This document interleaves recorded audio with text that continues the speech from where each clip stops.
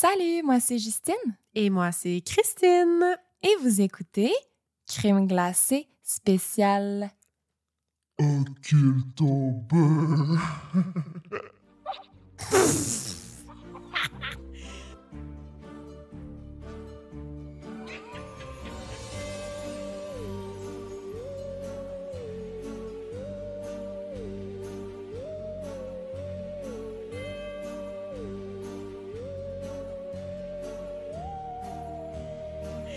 Ça n'a pas de bon sens. Moi. Non, ça se peut pas. Ah. Bienvenue. Hey, la coupure était rough. Bienvenue. Non, ouais, je m'excuse. Hey boy. Hey, salut tout le monde! Salut! Bienvenue à cet épisode spécial Occultober. Oui, la saison de l'Halloween est finalement commencée. Oui. Elle est officiellement commencée. On l'annonce drette là. Et ça nous a permis de tester des nouvelles choses sur notre console qu'on ne savait pas qu'on pouvait faire. Oui, des nouvelles voix. On s'est trouvé peut-être une petite affaire trop drôle pour ce que c'était. Mais J'espère qu'on vous a pas trop dérangé. imagine, il était comme sur la route, puis là, genre, Ils font un esti de saut. ils font un tabarnak de saut parce qu'ils entendent deux bonnes femmes crier avec une voix d'homme. Toutes nos excuses si on vous a fait peur, mais en même temps, c'est un peu ça le but. C'est la spooky season. Oui. Donc là, je lance le bal pour ce mois thématique occulte. 3 épisodes Oui! qui vont être en lien avec tout ce qui est spooky, soit les sectes, les possessions, le satanisme, le paranormal, etc. Yes, j'ai hâte. C'est trop Je le suis fun. assez excitée, là. Et que je suis assez excitée. Mais on est excités pour autre chose aussi. On a une grande annonce à faire. Oh que oui! Est-ce que vous êtes prêts? OK, là, attachez votre truc avec de la broche Ouais. parce que vous allez capoter. Je pense que c'est la première fois là, qu'on va annoncer quelque chose dans le podcast, puis le pouf, ça sort en même temps. Au moment où on se parle, Oui. si vous êtes sur un ordinateur, une tablette ou un téléphone et que vous ne conduisez pas, eh bien, on vous invite à aller taper le www.crimeglacépodcast.com. On a un site web, la gang. Lancement officiel, drette là, aujourd'hui, en même temps que la sortie de cet épisode que vous écoutez à l'instant. Donc, en effet, tapez ça sur vos interwebs et vous allez trouver un fabuleux site Internet. Oui, Trop là-dessus, mignon. vous pouvez écouter tous nos épisodes, évidemment. Mhm. Vous pouvez avoir accès à la billetterie pour notre tournée mortuaire en show live avec Simon Predge. Oui. Vous pouvez avoir des petites infos sur nous, mais il y a aussi une boutique en ligne. Oui. Ça, c'est fou. Après Ça tout fait- ce temps. C'est ça, on a fait une seule vente de merch qui était assez... dans un temps déterminé. Là, Mhm. tu sais, c'était très VIP, dépêchez-vous, blablabla. Et puis, vous êtes tellement nombreux à nous avoir demandé c'est quand qu'il va y avoir de la merch parce que moi, j'ai pas eu le temps d'en avoir, blablabla. Et puis là, on s'est dit, garde, c'est le moment ou jamais. Mhm. Fait que, allez voir ça sur notre site web, notre boutique en ligne. Il va y avoir toujours la collection Les Grands Classiques. Donc, Mhm. des pièces qui vont rester à travers le temps. Et de temps à autre, on va vous faire des petites surprises, genre Des collection éditions Occultober. Occultober. Oui, il va y avoir des éditions spéciales dépendamment des mois de Oui. l'année ou quoi que ce soit. Fait que là, en ce moment, il y a en édition limitée des morceaux à thématique un peu plus spooky. Mais comme Cré a dit, sinon, à l'année longue, il est supposé avoir tout le temps des hoodies, des t-shirts avec notre logo classique Oui. et tout. Oui, on a essayé de vous choisir des pièces qu'on aimait beaucoup, Mhm. puis faire un petit peu de variante pour essayer de plaire à tout le monde. Puis, c'est ça, allez voir ça. Vous allez voir nos petites pièces spéciales Occultober que j'ai soigneusement dessinées. Puis, je suis full contente, je les trouve full malades. J'ai hâte de m'en procurer moi-même, là. Fait que, allez voir ça. Puis, stand-by pour toutes les autres saisons parce qu'on va vous amener du nouveau stock tout le Yes, temps. sir! Ah, c'est tellement excitant! Oui. Fait que c'était notre grande annonce du jour avant de commencer ton épisode, puis Yes. avant de lancer la spooky season. Juste avant que tu lis... jusqu'avant que tu nous commences ça, je vais lire le shout-out du jour. Oui, vas-y, Cricri. Le premier vient de Bianca. Salut Justine et Christine. Merci pour votre podcast. J'aimerais faire une salutation à ma collègue et amie Mimi, avec qui on écoute les crimes glacés pendant nos marches respectives du midi. On en discute ensuite durant nos pauses au travail. On a embarqué dans votre folie crime glacé et on a embarqué des petites collègues avec nous aussi. Merci beaucoup pour votre bon travail et merci à Mimi pour la découverte. Signé Bibi. Oh, Mimi et Bibi! Salut Mimi et Bibi, merci de nous écouter. Trop cute! Trop mignon, merci. Le deuxième shout-out vient de la part de Frédéric. Elle nous dit « Shout-out à ma sœur Maxime. Je lui ai fait découvrir votre podcast durant nos longues routes entre l'Abitibi et Montréal. Maintenant, elle vous écoute toujours, même parfois avant de dormir. On vous adore! » Ah, ben coucou! Cute! Merci d'avoir fait découvrir Oui, à le Maxime. podcast à Maxime. Yes. Merci de nous écouter, on vous aime. C'était tout pour les shout-outs. Merci tout le monde. Yes. OK, rapidement, ma saveur du jour. Je reste dans le thème automnal parce que la journée qu'on a enregistré ton épisode, Crip, tu as parlé des épices d'automne. Oui.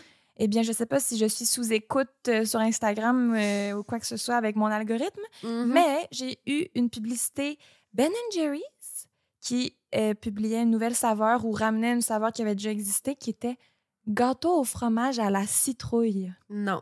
Et j'ai pas vu ça passer. Ça avait de l'air tellement bon, puis je sais que, comme moi, toi, tu tripes sur le gâteau au fromage aussi à la base. Là, j'étais comme, oh mon Dieu, il faut que je trouve ça quelque part, ça a l'air délicieux. Tu l'as-tu trouvé? Non. Si vous voyez dans une épicerie quelconque la saveur gâteau au fromage à la citrouille de Ben & Jerry's, dites-nous et je courrai aussi l'essayer. 100%, ça m'intrigue. Mais voilà, on peut se lancer dans mon épisode. L'épisode d'aujourd'hui a tout pour faire honneur à la spooky season parce qu'on est à l'époque victorienne. 2 meurtres sanglants à coups de hachette, du mystère et une maison hantée. Ah ben, tabarouette. Je vais commencer l'épisode par une petite comptine. Et là, désolée, je chante pas bien et ma voix est peut-être un peu rauque parce que hier, on a gagné à la balle molle et j'ai trop crié. Wow! Attends, tu dis, je vais commencer avec une comptine? Oui! Attends, faudrait que je mette un effet. Attends. J'ai peur. Mets la petite voix. Y a-t-il une petite voix? Le rouge, c'était genre un bébé, on dirait. Allô? Ah oui, ça va être spooky. Je peux pas. Lizzie Borden took an axe, gave her mother 40 whacks. When she saw what she had done, gave her father 41. Oh my God. C'était tellement spooky. C'était tellement spooky. OK. Je sais Wow. pas si ça vous a trop déconcentré pour entendre les paroles. Oui, c'est ça. J'essayais de me concentrer, justement, moi. Mais oui, comme vous l'avez vu dans le titre, aujourd'hui, je raconte une des affaires les plus connues de l'histoire criminelle des États-Unis, l'affaire Lizzie Borden, ou le meurtre d'Abby et Andrew Borden. Je sais pas si tu connais ça. Ben là, je me sens quasiment mal, là, vu que tu as dit que c'était une des affaires les plus connues. Mais c'est pas grave que tu connaisses pas ça. Ouais, tant mieux, en fait. Ouais. En tout cas, peut-être ça va me sonner une cloche quand tu vas raconter, mais en ce moment, je suis genre... OK. Le matin du 4 août 1892, Lizzie Borden, 32 ans, trouve son père Andrew Borden mort, étendu sur le sofa de leur petite maison dans une mare de sang. Son visage est défiguré par des coups de hachette à peine reconnaissables. Lizzie hurle à sa gouvernante Bridget Sullivan de descendre du grenier pour venir l'aider. Bridget va chercher de l'aide et le docteur S.W. Bowen, ainsi qu'une des meilleures amies de Lizzie, Alice Russell, arrivent en premier sur les lieux pour voir ce qui se passe. Finalement, peu de temps après, le corps d'Abby Borden, la belle-mère de Lizzie, est découvert dans la chambre d'invités au 2e étage, son corps gisant lui aussi dans une grosse mare de sang. Ça prendra pas beaucoup de temps que tous les yeux se tournent vers Lizzie Borden. Ce double meurtre techniquement irrésolu encore à ce jour a marqué les États-Unis. Ah non, pas irrésolu. Mais selon plusieurs, il est résolu. OK. C'est juste qu'il n'y a pas eu justice officielle. Je comprends. Tellement de rumeurs ont envahi ce cas qu'il est parfois difficile de déchiffrer le vrai du faux. Mais une chose est sûre, on se pose toujours la question « Did she did it? » Est-ce vraiment Lizzie Borden qui a tué sa belle-mère et son père à coups de hachette le matin du 4 août 1892? À vous de nous dire après cet épisode. OK. Bon, premièrement, la comptine est déjà erronée. La femme victime était la belle-mère de Lizzie et non sa mère. Aussi, l'arme utilisée n'était pas une hache, genre une wax, mais plutôt une hachette. C'est plus petit et plus léger. De plus, l'assassin a frappé les victimes environ 2 fois moins souvent que dit la chanson. Pas 40 et 41 coups, mais 19 coups ont été portés à Abby Borden, âgée de 64 ans, et une dizaine sur le visage du père de Lizzie Borden, Andrew, âgé de 69 ans. C'est quand même creepy qu'il ait fait une toune à propos d'un meurtre, là, aussi sanglant. Là. Les enfants chantent cette chanson-là à la corde à danser. Ah, ça fait avec la voix que t'as pris. Ouais. C'est un peu épeurant. Ouais. La pièce principale du puzzle de ces meurtres-là, c'est l'identité sociale de la ville où les meurtres ont eu lieu. Fall River, dans le Massachusetts. C'est environ à 80 km au sud de Boston. Fall River a été vraiment bouleversé non seulement par la brutalité même du crime, mais aussi par l'identité des victimes. C'est un couple âgé, riche, connu et respecté de la communauté. Les divisions culturelles, religieuses, de classe, ethniques et de genre dans la ville de Fall River ont façonné les débats sur la culpabilité ou l'innocence de Lizzie Borden, entraînant tout le pays dans cette affaire. Le fait que ce soit une femme, la principale suspecte, a aussi beaucoup joué en ligne de compte. Et c'est peut-être un des premiers cas de true crime tel qu'on emploie le mot aujourd'hui aux États-Unis.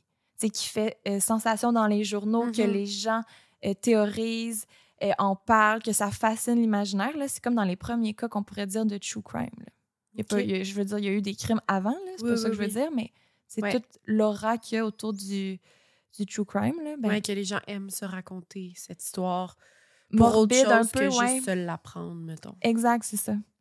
Commençons par la comptine que je vous ai chantée que les enfants fredonnent en sautant à la corde à danser aux centaines de livres et de films faits sur le sujet qui donnent tous des informations différentes, des explications différentes, un motif inusité et sensationnaliste sur la raison derrière ces meurtres-là. Ensuite, les produits dérivés comme des bobbleheads de Lizzie Borden ou des mini-hachettes vendues dans les magasins de jouets. Oh my God. Ou finalement, le lieu du crime, la maison soi-disant hantée des Borden, qui est désormais un bed and breakfast. C'est-tu vrai?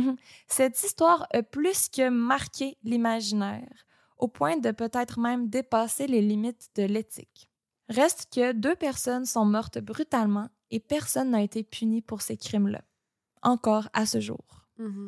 Commençons par le commencement. Lizzie Borden est née le 19 juillet 1860 à Fall River, au Massachusetts, de sa mère Sarah et de son père Andrew.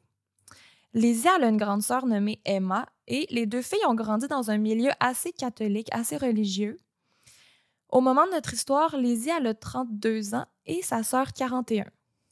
Beaucoup de gens pensent que Lizzie était beaucoup plus jeune, mais non.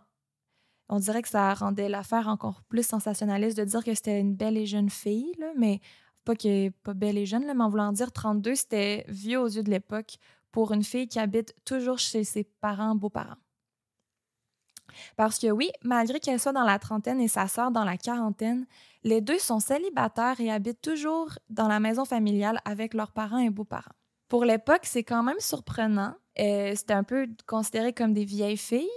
Mais avec la grande fortune de leur père, Lizzie et Emma n'ont pas à craindre de manquer d'argent plus tard et de devoir se trouver un mari avec une bonne job. Fait qu'ils vivent une vie de woman of leisure, qu'on appelle.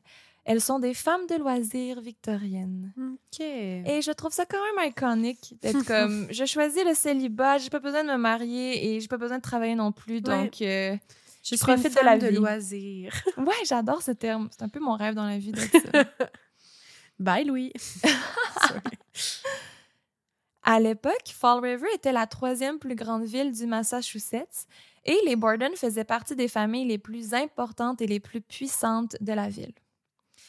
Lizzie est impliquée dans toutes les activités de son église. Elle enseigne à l'école du dimanche aux enfants immigrants. Elle fait énormément de bénévolat parce qu'elle n'a pas besoin de travailler, fait qu'elle donne quand même beaucoup de son temps. Elle est aussi secrétaire des trésorières de la Christian Endeavor Society. Elle est membre de la Ladies Fruit and Flower Mission et plein d'autres organismes et clubs du genre. Donc, elle se garde vraiment occupée, même si elle n'a pas à travailler, puis elle a l'air d'avoir quand même un côté bienveillant et grand cœur qui veut aider sa communauté. Son père, Andrew, est d'origine anglaise et galloise. C'est un homme d'affaires prospère. Il est le directeur de plusieurs usines de textiles et propriétaire de nombreux immeubles. Il est aussi président de l'Union Savings Bank et directeur de la Durfee Safe Deposit and Trust Company. Au moment de son assassinat, sa succession était évaluée à 300 000 $. Mais on est en 1800, là. Mm-hmm. Aujourd'hui, c'est plus de 10 millions. Et shit. Mais, même si Andrew est riche de chez riche, là, il est connu de tous comme étant très cheap. Ou certains diront plutôt économe. Il habite au 92 2nd Street avec sa famille dans une maison modeste, une petite maison de ville de 2 étages avec un grenier puis une petite cave, dans le quartier ouvrier de Fall River. Même s'il pourrait se payer une grande maison dans le quartier huppé, que tous les riches habitent dans des grandes maisons victoriennes avec des poutres, là, puis les beaux toits pointus. Ce quartier-là s'appelle The Hills. Puis les filles de Andrew, c'était leur rêve d'habiter là, d'être un peu entourées des gens comme eux, avec la même fortune que eux. Eux, ils trouvaient qu'ils ne fitaient pas dans le quartier ouvrier. Mm-hmm. Leur maison n'a pas de plomberie, même s'ils pouvaient se le permettre. Là. En 1890, c'était assez courant d'avoir l'eau courante, courant, pour les gens assez fortunés. Mais non, il y avait une seule toilette avec une floche au grenier, c'est tout. C'est bien bizarre. Aussi, la maison elle avait un drôle de layout. Là. Les chambres étaient toutes reliées. Ben, elles le sont encore. Là. Fait que pour passer d'une chambre à l'autre, il faut que tu traverses la première chambre. Il n'y a pas de couloir. Ouais, c'est comme un peu quand tu vas genre dans un château, là, genre un peu n'importe où en Europe. Là. Ouais. C'est ça. Pas de couloir, donc pas vraiment d'intimité. Ça peut créer des frictions un peu dans la famille, peut-être, d'être toujours ensemble, dans une petite maison pas super bien isolée, avec pas d'eau courante, mais bon. Même si Andrew était l'un des hommes les plus riches de la ville, il portait des cravates usées et, selon un rapport de l'époque, que je cite, il portait des chapeaux affreusement laids.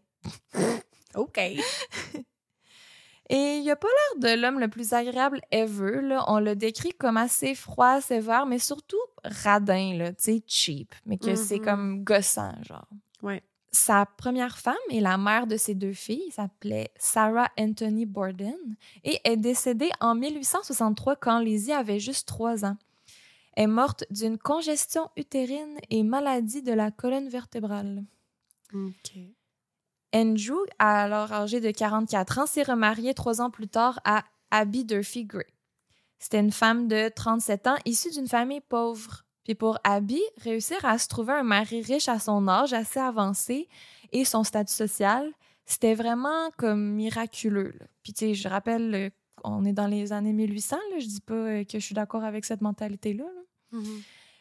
Selon plusieurs témoignages, Andrew aurait marié Abby pas par amour, mais parce qu'il cherchait quelqu'un pour faire le ménage et s'occuper de ses enfants. Et Abby cherchait juste un mari avec un peu d'argent pour l'aider à subvenir à ses besoins, puis elle s'est dit « Je peux bien m'occuper de ses enfants en échange. » C'est juste des rumeurs, mais je le dis quand même. Fait que, tu sais, ça veut dire que la maison des Borden n'était pas nécessairement un foyer chaleureux et tout. Là. C'était assez distant. La relation entre Lizzie et sa belle-mère est plus ou moins connue. On ne sait pas si les deux s'entendaient bien ou non. Et là, je le précise parce que beaucoup de gens essayent un peu d'exagérer la situation puis de dire qu'ils saillissaient la face pour mourir, mais c'est jamais vraiment prouvé. Peut-être que oui, mais tu sais, peut-être que non. Certaines sources disent qu'au départ, Lizzie appelait Abby « mother », comme il s'entendait assez bien pour qu'elle la considère comme sa mère. Mais en vieillissant, il y aurait eu des tensions et Lizzie aurait arrêté de l'appeler maman et aurait commencé à l'appeler Mrs. Borden, 5 ans avant les meurtres. Et ce serait suite à une chicane plus ou moins connue. Selon certaines sources, là, la demi-sœur d'Abby avait besoin d'aide financière et Andrew aurait offert la location d'une propriété à lui pour l'aider. Puis ça l'aurait fait chier Lizzie et sa sœur Emma parce qu'ils voyaient leur père donner de l'argent à la demi-sœur de leur belle-mère plutôt à sa propre famille. Tu sais. Et comme, elle a un plus beau logement que nous, puis elle n'est même pas ta famille, tandis que nous, on endure ton côté radin, puis tu nous donnes rien en échange, ou le strict minimum. Tu sais. Ouais. Ben, ça set le ton sur leur relation qu'ils peuvent avoir avec elle. Exact. Mais ça veut rien dire non plus. C'est ça, ils peuvent mal s'entendre, mais pas vouloir se tuer non plus. Ouais, c'est ça. Je veux juste comme expliquer les faits sans être trop biaisée. Ouais. Lizzie aurait de plus en plus commencé à douter que sa belle-mère se serait mariée à son père que pour son argent et pour intégrer leur famille influente. Puis ça la faisait chier. Avec le manque de couloirs dans la maison, aucune intimité dans les chambres, ça aurait pu peut-être intensifier les potentielles tensions au sein de la famille, déjà toutes pognées dans un espace restreint et petit. Mais il faut faire attention. Il ne faut pas romantiser la haine entre Lizzie et sa belle-mère. Aucune trace de violence ou de haine profonde n'a été prouvée entre Lizzie et Abby avant les meurtres. Et là, en ce qui concerne la relation entre Lizzie et son père, de ce qu'on en sait, ils s'appréciaient beaucoup. Il n'y avait aucun problème. Andrew portait pas de jonc de mariage, donc ça peut peut-être aussi montrer à quel point il aimait pas vraiment sa femme amoureusement, mais il portait à son doigt une fine bague en or que Lizzie lui avait offerte. Puis là, ça a comme donné lieu à des fausses rumeurs selon lesquelles Andrew et Lizzie auraient eu une genre de relation incestueuse qui aurait peut-être conduit au meurtre. Mais c'est pas prouvé du tout, là. Peut-être juste qu'elle a donné une bague à son père puis son père la trouvait plus belle que son jonc de mariage. I don't know. Ouais, ou que genre il aime plus sa fille que toutes, là. Peut-être. Ça pourrait être vraiment cute, là, je sais pas. C'est ça. Genre moi, mettons, j'ai le jonc de mariage de ma mère, ça veut pas dire qu'on est mariés ensemble. C'est ça, là. Je t'aime bien, maman, là, mais on va se calmer les honneurs. C'est Lizzie, elle a jamais parlé en mal de son père, même après les meurtres, même avant, peu importe. Une autre rumeur serait qu'étant donné le célibat de Lizzie, elle devait forcément être lesbienne. Mais bon, on n'en sait rien, là. C'est peut-être juste pour pousser la narrative d'une femme de 32 ans célibataire des années 1800 qui aurait tué ses parents. She must be lesbian. Ben oui, c'est écrit dans le ciel. Une enfant de Satan. Mais bon, c'est peu pertinent dans l'histoire qu'elle l'a été ou non. Vraiment, ça n'a aucun lien. Même si Andrew était très cheap, il s'assurait quand même que ses filles aient une qualité de vie respectable. Il s'habillait quand même bien, il s'arrangeait bien, il faisait plein d'activités. Il voulait quand même que ses filles soient heureuses, mais qu'ils vivent pas sans le luxe, dignes de leurs moyens. Donc, tu sais, Lizzie et Emma, ils avaient juste peut-être pas envie de se marier. C'était peut-être juste ça l'explication. Mais les deux étaient quand même frus de devoir vivre dans le quartier ouvrier, de pas manger de la bouffe fancy chaque soir, de pas vivre la vie qu'elles pouvaient se permettre et de voir leur père dépenser pour Abby et sa famille à elle. Je le rappelle, Lizzie rêve de vivre dans le beau quartier de Hills et d'être une fancy lady. Mais autant il y avait peut-être une certaine jalousie entre Lizzie et sa belle-mère, Abby, elle avait un statut inférieur dans la famille, puis elle était à peine considérée comme une personne à part entière. Quand elle et Andrew ont été assassinés, les gens ont beaucoup parlé d'Andrew, en bien ou en mal, mais tu sais, ça a fasciné les gens que Andrew Borden, le seul et unique, a été tué. Mais personne ne disait rien à propos d'Abby. C'était comme, elle passait sous le radar. Puis la preuve, quand on a retrouvé Andrew mort dans la maison, ça a pris vraiment beaucoup de temps avant de même penser à chercher où est Abby. Ben voyons. Puis ça a pris du temps avant de la retrouver aussi. Puis elle était juste en haut, au 2e étage, dans une chambre que tu dois traverser pour aller à l'autre, tu sais, comme... Elle était pas cachée du tout. Puis ça faisait des heures qu'elle était là, morte, puis personne s'en était rendu compte. Le centre de l'attention, là. Du tout. La mort d'Abby a causé plusieurs questions, notamment pourquoi elle? Les gens pouvaient comprendre qu'un homme riche, président de compagnie, ait des ennemis et que des gens veulent le tuer. Mais sa femme, la pauvre Abby un peu anonyme, que personne connaît, les gens voyaient aucun motif raisonnable de la tuer. Et je sais pas si c'est un compliment ou une insulte, là. C'est ça, j'allais dire. Je me sentais comme pauvre petite. Genre, le monde sont comme, à quoi bon? C'est ça. Cette femme. Morte ou vivante, on s'en fout. Exact. C'est comme si sa mort était insignifiante puis servait à rien. Fait qu'ils se demandaient pourquoi. Ouais. Mais c'est chiant un peu, je trouve. Mais en dessous d'Abby, dans la hiérarchie de la maison, il y a Bridget Sullivan, 26 ans, la gouvernante de la maison. La housemaid. Les Borden l'appelaient Maggie parce que leur ancienne gouvernante s'appelait Maggie puis ils ont juste voulu continuer à appeler la nouvelle de même. Comme un animal. Ouais. Genre, moi, quand j'étais petite, j'avais un chat qui s'appelait Chouchoune. Elle est morte. On a eu un nouveau chat, on l'a appelé Chouchoune 2. Ben oui, c'est ça. Mais là, on parle d'un humain, là. Ah, c'est chien. C'est vraiment chien. Ah. Fait que, tu sais, voilà un peu le topo de ce qui se passe dans la maison des Borden depuis les dernières années. Tu sais, à mon avis, rien de ultra turbo louche, là, qui puisse rendre la tragédie qui attend cette famille-là logique, genre. Tu sais, on n'est pas comme un cas dans comme les frères Menendez, mettons. Genre que, tu sais, tu peux comprendre un peu, puis il y a comme une explication derrière ça. Là, je trouve quand même que ce meurtre-là, avec les informations qu'on a, sort un peu de nulle part, là. Je comprends. C'est où, clairement, il nous manque des informations. Pourtant, les jours qui ont mené à la mort d'Anjou et Abby, ainsi que les jours qui ont suivi, présentent quelques occurrences étranges. Des occurrences qui font en sorte que le public pense, encore à ce jour, et à l'époque aussi, que Lizzie Borden est l'auteur de ces crimes. Un élément étrange, c'est que sa grande sœur Emma Borden était mystérieusement hors de la ville durant les meurtres, pour environ la semaine durant laquelle ils ont été décédés, assassinés. Elle habitait encore à la maison, techniquement. Okay. Exact. Mais là, elle était en voyage et Emma était considérée comme une vieille fille, célibataire de 41 ans, agoraphobe un peu, qui quittait jamais la maison. Sans doute lesbienne aussi. Ben oui, c'est ça. C'est une blague, tout le monde, c'est une blague. Donc, c'est un peu un drôle d'adon aux yeux des gens qu'elle soit allée visiter une amie lointaine une semaine pile au bon moment. Son absence rend la maison moins occupée, moins de témoins potentiels, ou était-elle dans le coup et savait ce qui allait se passer, fait qu'elle voulait s'en aller? C'est des questions qui ont été posées. Le 2 août 1892, donc 2 jours avant les meurtres, les Borden ont mangé du poisson réchauffé de la veille pour souper. Et ça n'a pas pris de temps que Abby, Andrew et Bridget, la gouvernante, tombent malades et courent aller vomir dans leur boquette parce qu'ils n'ont pas de toilette. Puis Lizzie semblait la seule à ne pas avoir de difficulté à manger le poisson, ou du moins elle n'a pas eu mal au ventre. Et là, ça l'a amené certaines personnes à penser que les Borden ont été empoisonnés.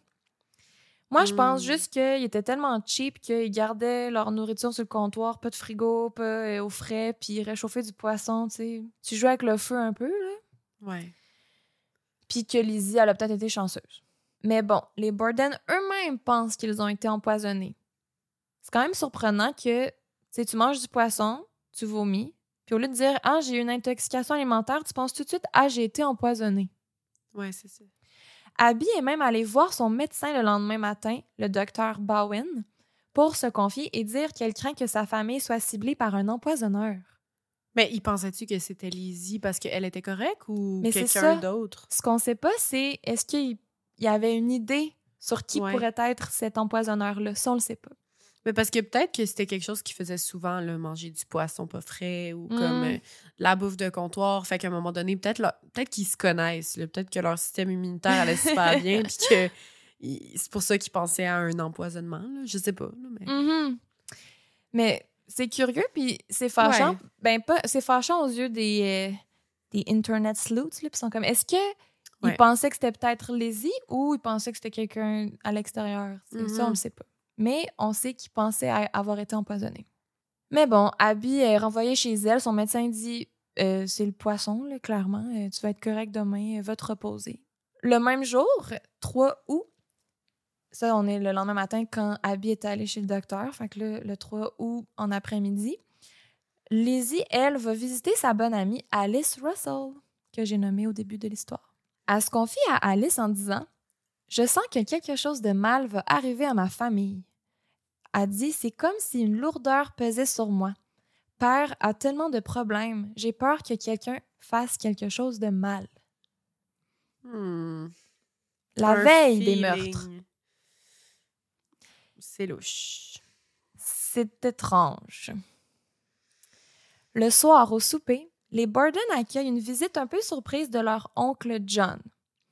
John, c'est le frère de Sarah, la mère biologique de Lizzie et Emma. Fait que c'est l'oncle de Lizzie et Emma, mais c'est pas le frère de Abby ou de Andrew. Non, c'était son ancien beau-frère. Exact. Mais ils ont gardé contact, I guess. Puis là, il vient rendre visite à la famille. Ensemble, la famille mange du mouton. Mais même chose. Tout le monde tombe malade, sauf Lizzie. Et là, je rappelle, Emma est en voyage et est absente. Ouais. Mais bon, John dort dans la chambre d'invité, va se coucher, et on arrive au lendemain matin, le 4 août 1892, le jour des meurtres. John se réveille très tôt le matin, il skippe le déjeuner et quitte la maison pour aller faire des courses. Lizzie, elle, est descendue qu'à 9 h du matin pour aller déjeuner. Puis c'est quand même considéré comme la grasse matinée à cette époque. Et en tant que femme de loisir, I guess que tu peux te lever à l'heure que tu veux.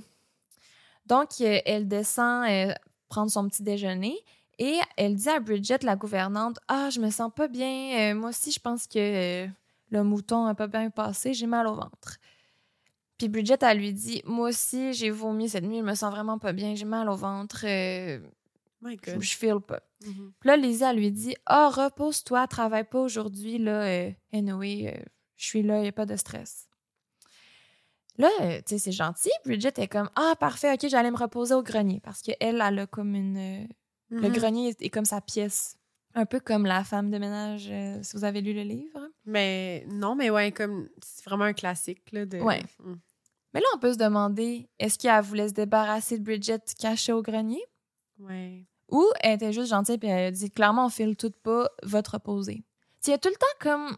On peut lire la situation dans les deux sens tout le temps. C'est ça. Là, Andrew quitte quelques temps plus tard pour le travail, quitte la maison. Et Abby, elle monte à l'étage dans la chambre d'invité pour changer les draps, étant donné que l'oncle John a dormi là la nuit dernière.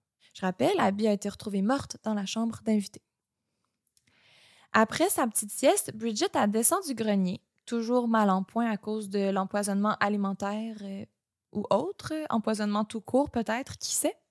Et là, Abby, qui est dans la chambre d'invité, intercepte Bridget. Puis là, elle lui dit... va laver toutes les fenêtres de la maison, s'il te plaît, intérieure et extérieure.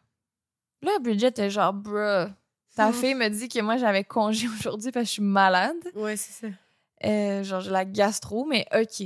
Fait que là, Bridget est comme un peu frue, mais elle sort dehors, nettoyer les fenêtres extérieures en premier, puis ensuite, plus tard, elle va rentrer faire intérieur. Et c'est la dernière interaction qu'on a répertoriée de Abby vivante, selon les témoignages. C'est quand Abby a demandé à Bridget d'aller laver les fenêtres. Après ça, on l'a retrouvée morte, selon les témoignages. Donc là, à ce stade-ci, seulement Lizzie et Abby sont dans la maison, selon les témoignages de tout le monde. John est parti tôt le matin, Andrew est au travail, Bridget est dehors à laver les fenêtres. Emma est en voyage avec son amie ou je sais plus trop. Lizzie dit qu'elle était au rez-de-chaussée en train de repasser des mouchoirs, tandis que Abby était en haut, toujours en train de changer les draps. Et là, je parle des mouchoirs en tissu, là, comme dans l'ancien temps, là, pas des Kleenex, là, parce que là, ça serait un petit peu bizarre. À 11h15, Bridget est rendue à faire l'intérieur des fenêtres. Elle entend Andrew rentrer du travail pour dîner. C'est un homme qui dîne de bonne heure, quoi. Et elle dit clairement se rappeler d'avoir entendu les 3 loquets de la porte d'entrée se faire déverrouiller. Puis c'était comme, ah, OK, ça, c'est Andrew qui a la clé qui rentre. Et les loquets étaient difficiles à ouvrir. Fait que normalement, les Borden, ils avaient l'habitude d'en barrer juste un. Parce que c'était comme compliqué pour rien d'en barrer 3. Mais étrangement, ce matin-là, les 3 étaient verrouillés. Là, ça nous amène à se demander, est-ce que Lizzie a barré à triple tour la porte d'entrée pour être sûre que personne ne l'intercepte pendant son meurtre? Ou peut-être que c'est juste anodin comme détail. Ouais. Bridget entend Andrew rentrer et là, elle croise Lizzie, selon son témoignage à Bridget, là, elle croise Lizzie descendre l'escalier en riant. Mais là, ça veut dire qu'elle était en haut à un certain point durant l'avant-midi si elle a vu Lizzie descendre l'escalier en riant. Lizzie, elle dit qu'elle était au rez-de-chaussée tout le long en train de repasser des mouchoirs. Il y a une petite incohérence ici dans les témoignages. Et là, si Lizzie revient de l'étage où il y a la chambre d'invité, dans laquelle Abby a été tuée, venait-elle de faire son crime? La question se pose. Andrew croise Lizzie dans la maison et lui demande où est sa femme. Lizzie lui dit, et là c'est un autre élément douteux, elle lui dit « Ah, elle a reçu une note d'une amie malade, elle est partie la visiter. » OK, ça c'est louche. Aucune note n'a été retrouvée dans la maison. Et après toutes ces années, aucune amie malade n'a été trouvée ou est allée de l'avant pour dire « Oui, c'était moi. » C'était peut-être une petite faille, ça, là. Pris de court. Ouais. Donc, c'est probablement faux. Ou sinon, c'est étrange que aucune amie malade n'a été trouvée et aucune note non plus. En même temps, la note, ça, je peux comprendre, elle a peut-être été jetée, là, mais qu'aucune amie malade a dit oui, elle était supposée venir me visiter ou quelque chose. Genre, personne recall. Là. Il y a juste elle qui a cette version. Puis pourquoi Lizzie mentirait là-dessus de bord? Pourquoi elle dirait pas « Ah, elle est en haut en train de changer les draps? » Ouais. C'est louche. Là, Andrew s'étend sur le sofa pour se détendre, sa petite pause lunch. Sofa sur lequel il a été retrouvé mort. Et puis... Bridget termine de nettoyer les fenêtres et retourne au grenier se coucher. Elle a fait sa ronde. Je tiens à préciser qu'à ce moment-ci, ça fait au moins 2 heures qu'au 2e étage, dans la chambre d'invités, Abby gît au sol, dans une mare de sang. Oh shit, OK. Personne ne le sait encore. Mais à peine Bridget a-t-elle le temps de déposer sa tête sur son oreiller au grenier qu'elle entend Lizzie l'appeler en hurlant. Elle lui dit « Vite! Quelqu'un est entré et a tué Père. Vite, va chercher le docteur. » Le temps que Bridget finisse de laver les fenêtres, elle voit Andrew sur le sofa. Elle monte les 2 escaliers. Elle s'assoit sur son lit. Andrew est mort. Ouais, c'est ça. C'est louche, là. C'est louche. C'est un court laps de temps. Et là, Bridget en panique, elle descend comme « Oui, qu'est-ce qui se passe? » Et Lizzie précise à Bridget de ne pas aller au docteur irlandais, mais bien au docteur américain. On est à l'époque où beaucoup d'Irlandais se sont installés aux États-Unis et les Irlandais vivaient beaucoup de racisme durant cette période-là. Bridget était d'ailleurs irlandaise en plus. Et Lizzie spécifie vraiment quel docteur elle veut. Même s'il y a un docteur irlandais voisin à leur maison ou presque. Lizzie a dit « Non, va à celui au bout de la rue. Je veux notre docteur à nous, le docteur Bowen. » Bizarre. En urgence, il me semble que tu veux juste le premier médecin le plus près. 100%. Mais en même temps, peut-être qu'elle savait clairement qu'il est décédé, fait que je veux le médecin qu'on connaît, je veux pas des étrangers chez moi, voir mon père assassiné à coups de hachette, puis peut-être qu'elle était un peu raciste, puis elle voulait pas d'Irlandais dans sa maison. Il y a une explication là-dessus aussi un peu, peut-être. À coup de hachette, tu sais. Je sais pas, là, j'imagine comme si c'était pas elle qui l'avait faite. Là. Comment qu'elle sait tout ça? Comment qu'elle est capable d'établir tout ça qu'il est mort? Elle a pas dit coup de hachette, tout ça. C'est plus... j'ai vu une photo de la scène de crime. Impossible qu'il soit encore vivant. Là. OK, je comprends. Son visage, c'est genre du steak haché. Là. Oh boy. C'est comme... Il n'y avait aucun doute là-dessus. Quand le docteur S.W. Bowen arrive sur les lieux, il tombe sur une scène d'horreur. Si vous voulez voir la photo, je vais la mettre sur Instagram. C'est parce que c'est une vieille photo, fait qu'on voit pas si bien. Mais quand tu sais c'est quoi, ça peut faire peur, mais genre, c'est pas ultra gore. Là. C'est plus... Ça donne des frissons plus qu'autre chose. On mettra un petit trigger warning. Andrew Borden, 67 ans, n'a plus de visage. Ses yeux pendent en dehors de leurs orbites.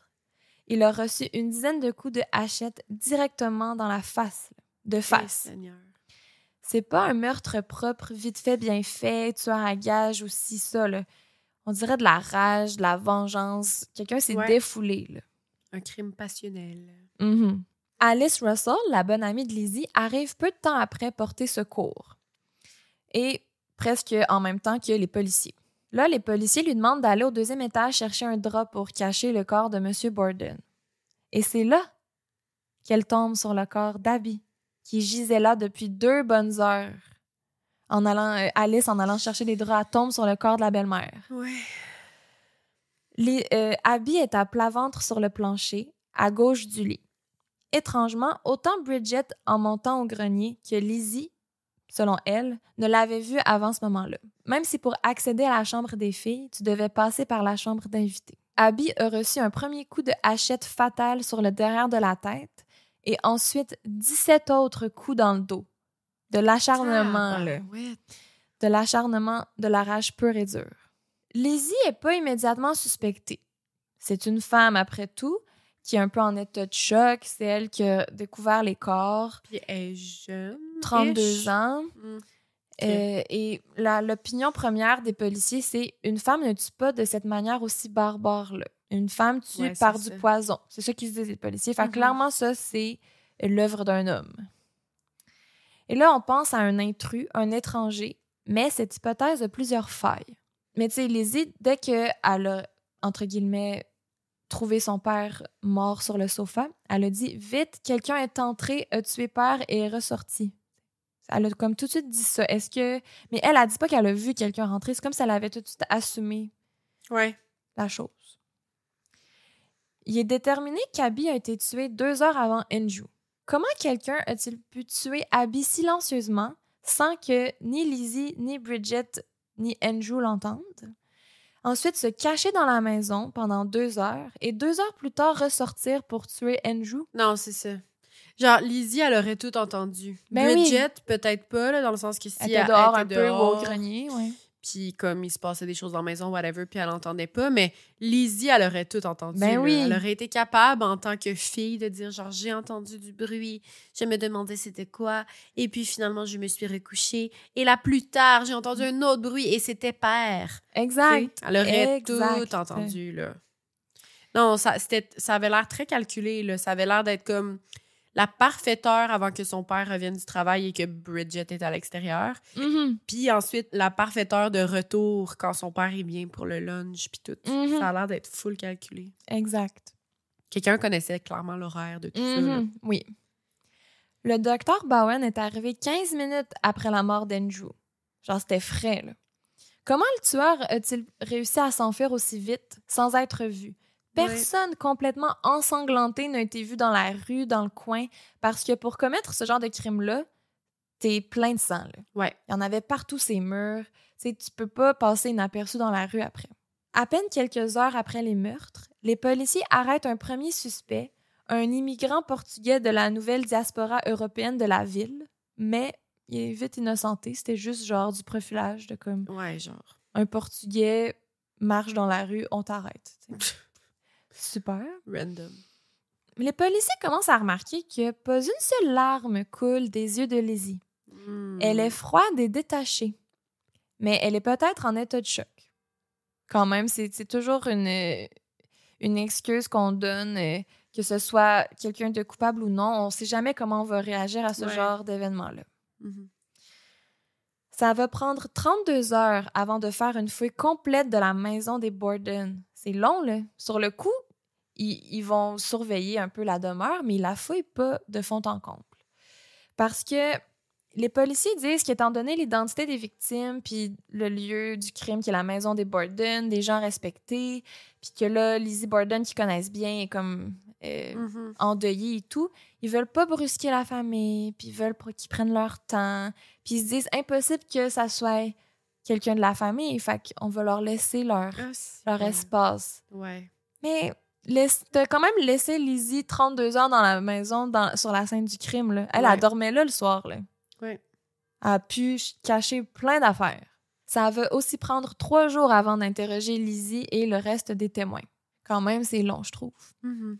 Mais là, quand ils ont commencé à interroger Lizzie, elle change de version des dizaines de fois. Oh. C'est jamais bon signe. Elle débute en disant que toute la matinée, elle repassait des mouchoirs puis qu'elle n'a rien entendu à l'étage. Ouais, parce que repasser des mouchoirs, ça fait super beaucoup de bruit. Là. T'entends pas ce qui se passe autour. Puis je peux pas croire que t'as genre 350 mouchoirs à repasser. Là. Ouais. C'est tout petit, ça doit te prendre 2 secondes. Elle a dit que ça a fait genre ça pendant 3 heures de temps. Là. C'est n'importe quoi. Et Abby pesait 200 livres. Puis là, ils ont fait un test. Ils ont laissé tomber quelque chose de 200 livres au 2e étage. Toute la maison a vibré.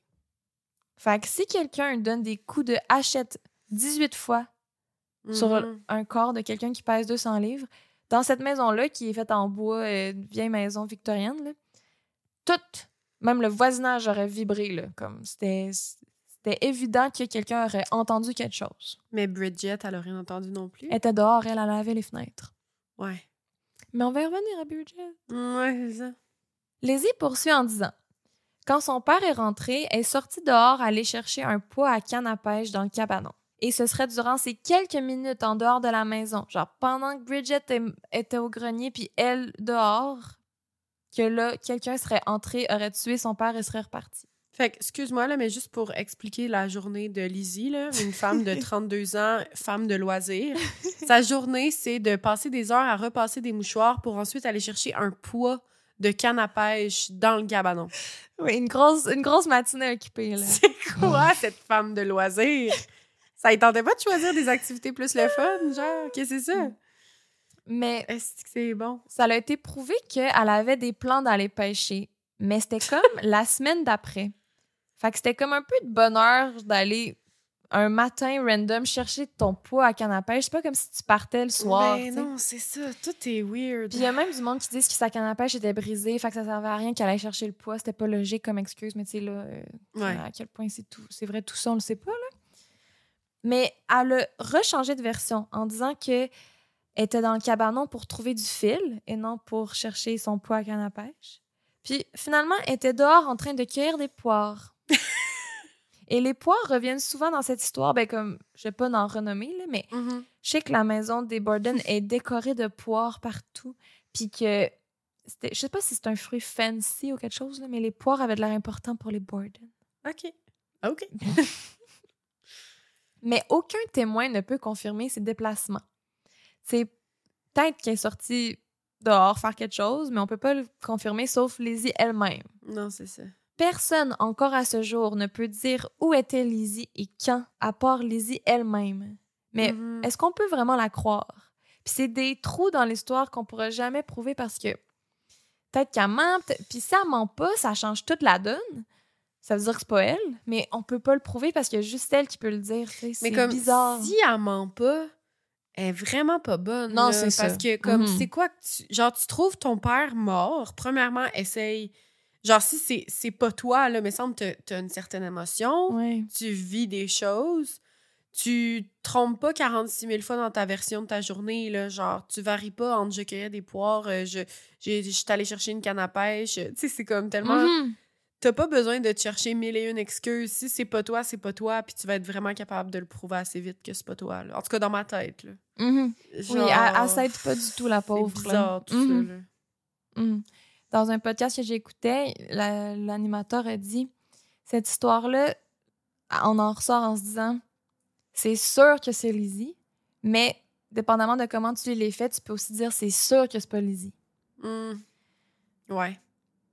Fait que c'est comme tout ou rien, genre. Les policiers récoltent ces témoignages, mais ils la trouvent de plus en plus suspecte. Un pharmacien du voisinage approche la police pour témoigner et il dit qu'il se rappelle que quelques jours avant les meurtres, Lizzie est venue le voir pour acheter de l'acide prussique. C'est du cyanure d'hydrogène, du poison. Mhm. Pris en trop grande quantité, ça devient du poison, mais I guess que c'est un produit chimique qui peut aider quelque chose. Je sais pas si c'est pour de la cuisine ou du ménage, je sais pas trop. Mais le pharmacien dit qu'il a refusé de lui en vendre. Bon, la véracité de ce témoignage-là a beaucoup été remise en question, mais je le mentionne quand même. Mhm. Est-ce qu'il voulait juste faire son fin finaux? Ou est-ce que Lizzie a essayé d'empoisonner sa famille avant? Ça n'a pas marché. Fait qu'après ça, elle a décidé de les tuer à coups de hachette. Ouais. C'est quand même... Si c'est ça, C'est une escalade assez intense. Ouais. De passer d'un crime, d'une mort assez douce, genre poison, c'est propre, vite fait, bien fait, à 18 coups de hachette. Ouais. Oui. Ça serait quand même intense. Un élément qui bute les policiers et qui fait douter tout le monde, c'est qu'aucune arme du crime n'a été retrouvée dans la maison. On a retrouvé des hachettes et des haches, mais elles n'avaient pas de sang dessus. Et si je me trompe pas, ils correspondaient pas aux blessures. Okay. Ou en tout cas, une chose est sûre, c'est qu'il n'y avait pas de sang dessus. OK, mais c'est trop whack, ça, là. Et Lizzie n'avait aucune trace de sang sur elle, ni sur les vêtements qu'elle a donnés à la police pour inspection. C'est vrai que c'est bizarre. Ça bug tout le monde parce que, de un, elle n'a pas de douche, elle n'a pas d'eau courante. Fait qu'en 2 heures, tuer à coups de hachette, habillé en haut, te changer, te laver les cheveux, t'as plein de gouttelettes de cheveux, te sécher les cheveux, t'as pas de séchoir, descendre en bas, Bridget et Andrew te voient toutes propres, toutes clean, personne se doute de quelque chose. Ouais. Puis après ça, tuer Andrew, te rechanger, le temps que Bridget descend les escaliers du grenier, elle est plus pleine de sang. Qu'est-ce qui est arrivé? C'est vraiment bizarre. Elle était propre, là. J'avais oublié de penser à ça. J'avais oublié de penser. J'avais pas pensé à ça. Qu'elle était clean cut. C'est un des trous dans l'enquête qui fait buter tout le monde. Puis vu qu'il n'y a pas aussi d'armes du crime, je suis comme... On dirait que ça n'a pas le choix d'être quelqu'un qui est parti avec. Mais en même temps... Elle l'a peut-être caché, mais... Les policiers disent qu'à leur arrivée, environ 20 minutes après la mort d'Andrew, Lizzie était nickel. T'sais, en 92, là, se laver, changer de vêtements, se sécher, t'as plein de couches, t'as des corsets, c'est des grandes robes, là, t'es pas en robe de chambre avec juste des bobettes en dessous. Là. Se changer, ça prend 3 jours ouvrables. Fait qu'en moins de 2 heures ou 15-20 minutes, c'est un peu impossible. Aussi, un bucket d'eau plein de sang avec des linges, genre des guenilles souillés de sang, a été retrouvé dans la maison. Mais Lizzie affirme qu'elle est dans sa semaine et dans le temps, il n'y avait pas de Diva-Cup. Fait que tu te mettais des linges dans les culottes puis après ça, t'es lavais dans ton bucket d'eau. Okay. C'est une explication vraiment logique. Puis ils n'ont pas comme pu analyser le sang de toute façon. Non, mais 892. Puis aussi, ça l'écœurait vraiment les policiers. Genre, dès qu'ils entendaient le mot menstruation, ils étaient comme oh, OK, on touche pas à ça. Le gars la hachette d'en face, le sang grandeur, c'est pas grave. Mais si tu me dis que ça, c'est du sang de menstruation, je quitte. Ouais. On voit à l'époque, hein? Ben, je pense que c'est encore de même. Non, je sais pas, là, mais en tout cas. Mais tu sais, il y a des gens qui disent est-ce qu'elle a lavé l'arme du crime dans ce bucket d'eau ensanglantée là? Profiter pour comme ça fit, blablabla. C'était pas de luminol à cette époque-là non plus. Est-ce que les hachettes étaient vraiment sans aucune trace de sang? Ouais. Mais est-ce qu'elle a vraiment eu le temps d'autant bien les laver aussi? Si le témoignage de Bridget est fiable, Bridget, c'est la seule sur laquelle on peut compter parce que c'est la seule qui a survécu cette journée-là qui était dans la maison. Ouais. Mais est-ce qu'elle a dit la vérité aussi? T'sais. Tout est louche. C'est ça! Puis la sœur aussi, là, qui est loin, là, aussi, ça me... Lors des funérailles d'Andrew et Abby, qui ont eu lieu 5 jours après les meurtres, Lizzie ne pleure pas. Et elle porte une robe considérée provocatrice pour l'époque. Elle est moulante avec de la dentelle. Et elle ne porte pas de voile noir comme le voudrait la norme de l'époque. Comme les gens trouvent qu'elle n'est pas habillée comme la typique femme endeuillée qui est supposée être triste. Avec ses témoignages douteux et son attitude froide, les gens commencent à la trouver de plus en plus louche. Et là, c'est pas juste la police, c'est le mémérage dans la ville. Oui. Mais à sa défense, son docteur, le docteur Bowen, dit qu'il lui a prescrit une très forte dose de morphine pour l'aider à dormir et à se calmer suite au choc de la perte de son père et de sa belle-mère. Donc, elle serait dans les vapes à cause de la morphine. Et il dit que c'est peut-être pour ça que à son interrogatoire, était mêlée puis elle disait comme des versions qui changeaient, c'est parce qu'elle était sa morphine. Je suis comme, fair enough, c'est une explication qui peut avoir du sens. Mais Dr. Bowen est-il dans le coup? Excuse-moi, là, mais moi, là, je veux pas aller tout de suite à ma théorie, là, mais... OK. Genre, je sais pas. Tu vas là. Je sais pas. Pourquoi Dr. Bowen absolument devait venir en premier? C'est vrai. Et là, malgré la brutalité de leur mort, les 2 corps sont exposés durant les funérailles. Hein? C'est pas à cercueil fermé. Oh mon Dieu, c'est bien bizarre. Tu sais, Andrew, il n'y avait plus de visage, là. Je sais pas comment ils ont fait pour rendre son corps présentable à des funérailles, là, mais bon. C'est tellement ouais. Ensuite, ils sont enterrés sans leur tête. Parce qu'on a coupé la tête pour garder ça en évidence. On a bouilli leur crâne pour avoir juste les os puis les coupures dans leur crâne parfaites avec la hachette. Oh mon Dieu, mon Dieu. Pour, si un jour on retrouve l'arme du crime, on peut la faire parfaitement fitter dans leur crâne. Macabre, là. Et oui, c'est spooky, là. Je vais mettre une photo de leur crâne, là. T'es comme... mon Dieu. Imagine la personne qui devait bouillir des têtes. Mhm. Là, dans les journaux, on parle que de cette histoire. Au départ, on dit que Jack the Ripper est rendu aux États-Unis, qu'un tueur fou est en liberté. Mais de plus en plus, on focus que sur Lizzie. Lizzie est habillée de telle manière. Lizzie a été vue dans la rue. Lizzie sourit en public. Lizzie semble pas endeuillée. Lizzie est suspecte, blablabla. Tu sais, vraiment, là, on la lâche pas. Et si elle est innocente, c'est genre vraiment chien, puis c'est du harcèlement, là, genre laisser la vie. Oui, c'est ça. Puis on l'appelle la vieille fille tueuse, la lesbienne tueuse, tu sais, vraiment comme sensationnaliste à fond.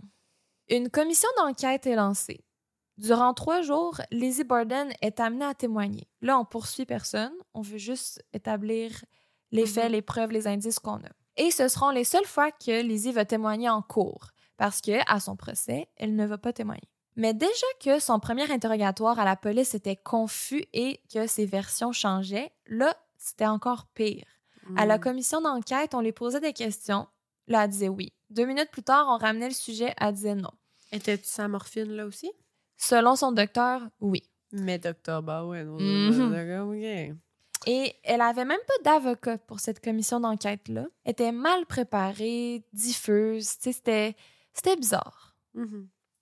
Puis là, je fais vraiment l'avocat du diable et je veux amener les 2 perspectives. Là. Mais si elle a calculé méticuleusement son meurtre pour faire aucune erreur, si ça, elle se serait trouvée un avocat pour la commission d'enquête. Là. Ouais. Puis elle avait de l'argent quand même. Là, tu sais. Fait que pourquoi elle s'est pointée là sans avocat? Est-ce que c'est juste une erreur de jugement de sa part? Ou elle était comme, je suis innocente, j'ai pas besoin d'avocat? Je sais pas trop.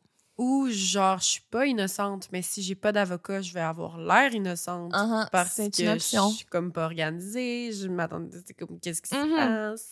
Puis une affaire qui ressort de autant la commission d'enquête que le procès, je ne sais pas si elle joue la comédie, je vais pas y prêter des intentions, mais elle est vraiment la pauvre femme mêlée qui aurait jamais pu faire ça parce que, regardez-la, elle est tellement frêle, elle comprend rien de ce qui se passe. Tu sais, c'est pas une cold hard killer, genre. Ouais. Mais est-ce qu'elle se donne ce rôle-là ou elle est vraiment comme ça? Je la connais pas, je peux pas dire. À la commission d'enquête, Lizzie est incapable de confirmer ce qu'elle faisait durant la mort d'Abby et Andrew. On lui demande si elle est allée en haut à un certain moment durant la matinée, pendant que le corps d'Abby était étendu dans la chambre d'invités. Elle dit non au départ. Ensuite, peut-être que je suis allée en haut. Mais si je suis allée en haut, j'ai pas vu le corps d'Abby. Et ensuite, non, je suis jamais allée en haut. Genre, c'est comme, voyons, décide un bon nez. Ça se tient pas. Puis il y a 2 écoles de pensée. Il y a l'école de pensée que, en allant en haut, il est possible que tu n'aies pas vu le corps. Et l'autre école de pensée qui dit, non, elle aurait vu le corps si elle était allée en haut. Là, je peux aller dans le bed and breakfast, fait que je peux pas dire si c'était possible de marcher puis pas voir le corps. Là, mais bon. Ouais, je comprends.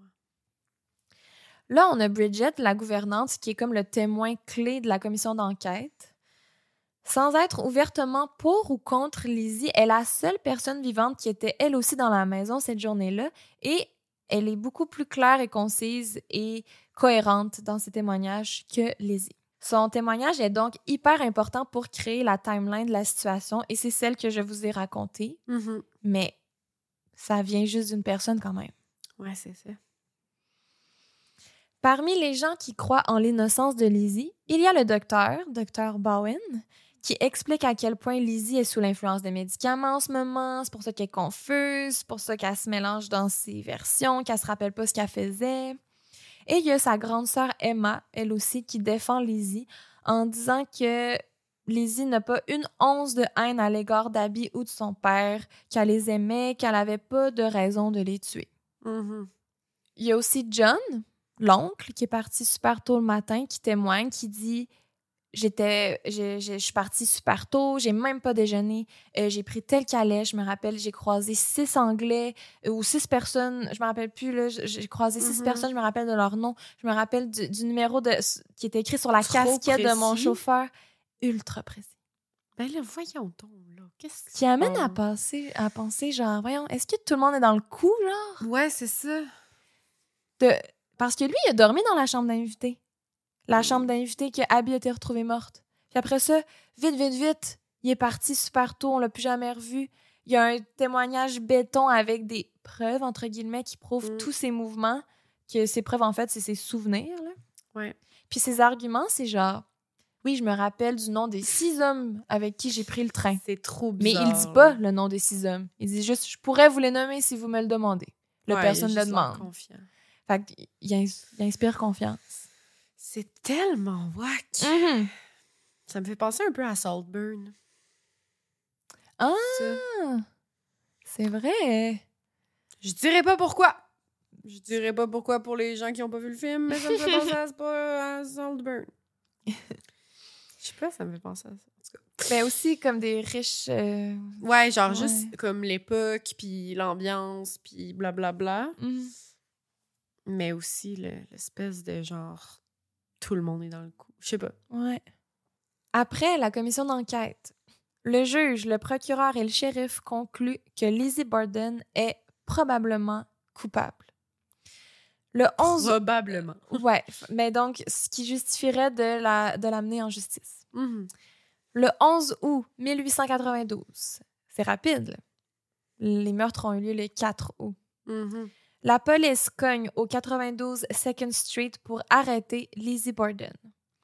On lui propose de lire son mandat d'arrestation et Lizzie fait juste dire « Ah non, pas besoin. » Comme c'est genre « Je sais pourquoi vous êtes là. » OK. Donc, Lizzie Borden est mise en état d'arrestation pour les meurtres de son père, Andrew Borden, et de sa belle-mère, Abby Borden, une semaine pile après les meurtres. En attendant son procès, Lizzie est envoyée en prison, confinée dans une petite cellule de 9,5 par 7,5 pieds pour 9 mois. Mm. Pour une woman of leisure qui passe de sa petite vie de loisirs et à manger des poires et repasser des mouchoirs à une cellule de prison rikiki, c'était tout un choc pour elle. L'arrestation de Lizzie Borden a provoqué une tollée qui a rapidement pris une ampleur nationale. Des groupes de femmes se sont ralliés à sa cause, notamment les suffragettes qui ont protesté dans les rues pour dire que le procès de Lizzie allait être inéquitable. Parce qu'elle va subir un procès devant jury, et normalement, un jury est censé être formé de tes pairs, mais les femmes à l'époque n'avaient pas le droit d'être sur les jurys parce qu'il fallait que tu aies le droit de voter pour être un jury. Fait que là, les femmes disaient qu'elles allaient être jugées par 12 hommes. Ouais. Ce n'est pas un jury Non, c'est pas c'est fair, pas là, fair, selon elle. Puis je suis quand même d'accord avec ça, je peux comprendre. Mhm. Mais disons que sa classe sociale et sa couleur de peau jouent en sa faveur ici. Des centaines de personnes, surtout des femmes aisées habitant dans les Hills, donc ses amies et partisanes, riches et huppées, sont venues la supporter devant le procès. Elle est devenue une espèce d'emblème féministe de comme on accuse une femme à tort, soit parce qu'elle était célibataire et indépendante que faut la démoniser et tout. C'est pas parce qu'elle était différente que c'est une tueuse.